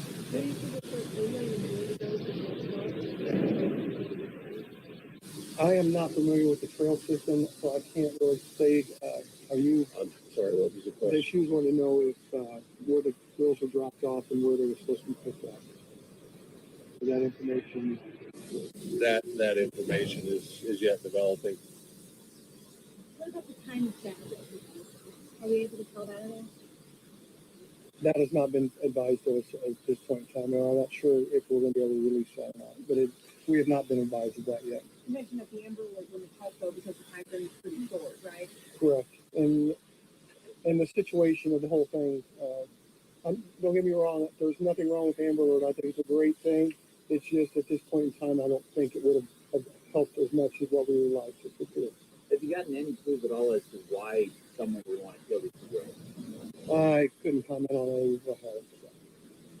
Were they found in the water or were they on the trail? I think yesterday I made a remark that they were near the water. It was about 50 feet off the shoreline. So I was off on that. I hadn't been to the scene yet. I was going with information I'd received. So they were about, I was looking from a distance, but I'm going to say it was between 50 and 60 feet off the shoreline. So did they ask you, were they dry or were they? I'm not going to comment on that.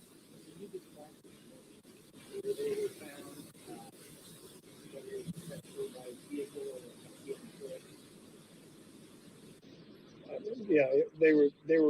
The only way you could really get back in there is either a horse or a walk. I mean, it's very hilly back in that area.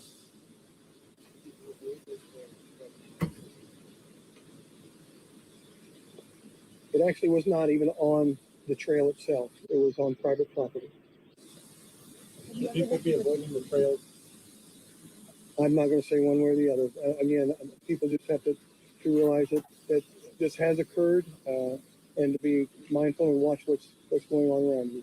Yes, I did have your son, and it was on private property, but in that area in general, have you ever had disturbance? There's some neighbors that are like, teams hung out back there, there's maybe parties thrown in that wooded area. Have you ever had to go back there before? Do you have investigations? Not any routine or regular calls, no. Sheriff, this is such a small town. Is it concerning to you to see the shockwave that's sent through the community here? It is disturbing. It is concerning as sheriff in my position. And, I want to, I guess, assure the community, as Trooper Riley indicated, we're going to get to the bottom of this. We feel confident. And, we're going to do everything we can within our resources to reach justice in this situation. This is obviously an area where kids are hanging out with anyone hanging out in the trail system. What's your message to those who may be going on there this weekend, 57 degrees? Is there concern that if there's someone out there killing people, that there could be more of this going on?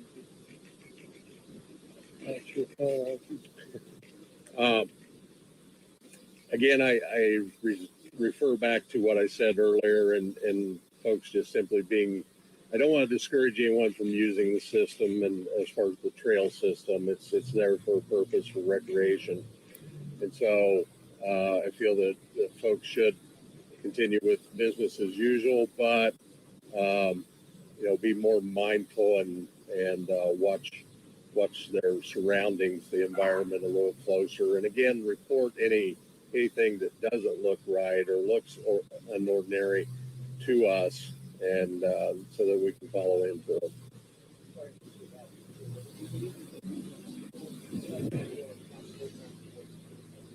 We're still looking into that.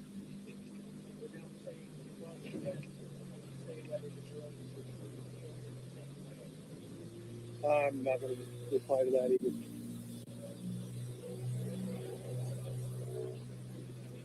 Anything else? When will there be another update? As soon as something happens, right now, this is probably going to be all that's going to be put out, unless something breaks or we get some information that we need help from you guys and gals. There's really not much else we can report at this point in time. So, if we do have something, we definitely will notify you, and we'll give you guys a heads up to let you know when the information will be released.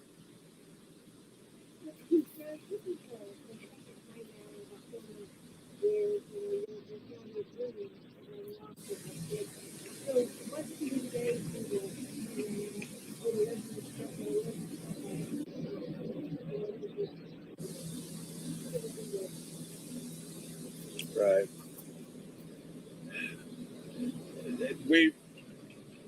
We pride ourselves I guess I'll start out. I mean, obviously, we do have our share of, as the old saying is, the big city issues. As we all know, society has changed greatly, and obviously in some areas, not for the best. And so,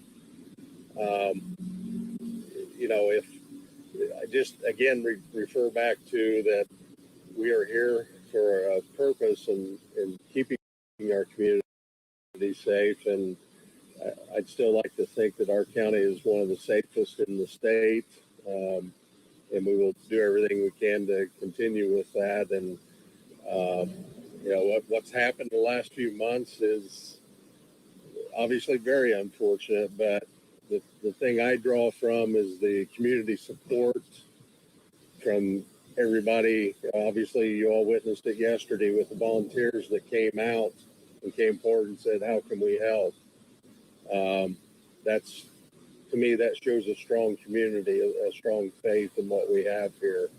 And so we move forward with that attitude. Now we know based on the pictures, at least one of them was on their cell phone, given they had uploaded the picture to social media. Didn't even cover either of their cell phones. We cannot comment on that right now.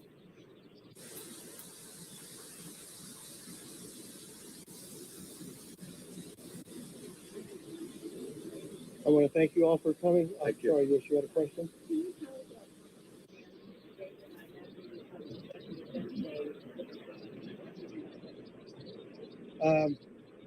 That's a decision that the family has to make if they want to talk to you or not. I'm not. Oh, when we talk to them, okay. I think they were in pretty much belief that it was their children. But when you hear it from an official, it's still a little it hits home twice, I guess is the way I'd put it. So that's about right. Yep. I guess it's bad enough to hear it once and then you got to hear it again. As a parent, I know.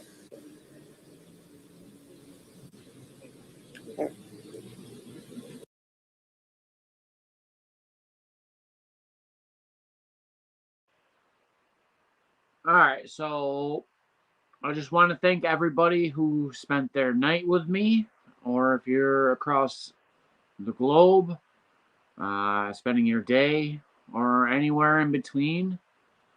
The next time we do a Hangout plus news footage, we will pick up right where we left off.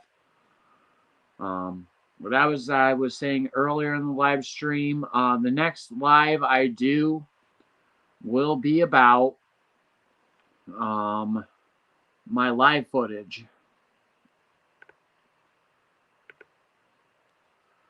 The next video I would do, the next live stream I will do, I will go through not all of the live streams that I did while I was in Delphi. We're gonna skip through all of the driving and anything that I think is irrelevant, and we'll just skip to the relevant parts of the live stream that I did while I was in Delphi, Indiana. So this brings this live stream to a conclusion. Again, I thank you all for spending your time with me. Your time is valuable, and I hope you don't feel like I have wasted your time. My goal is to inform and demystify the stuff that is involved with this case the best that I can. Try to dispel some of the crazier rumors that are out there. And I hope you're all having a good night / day, whatever it is for you. And I hope, most importantly, that you are all safe. Have a good night, everybody.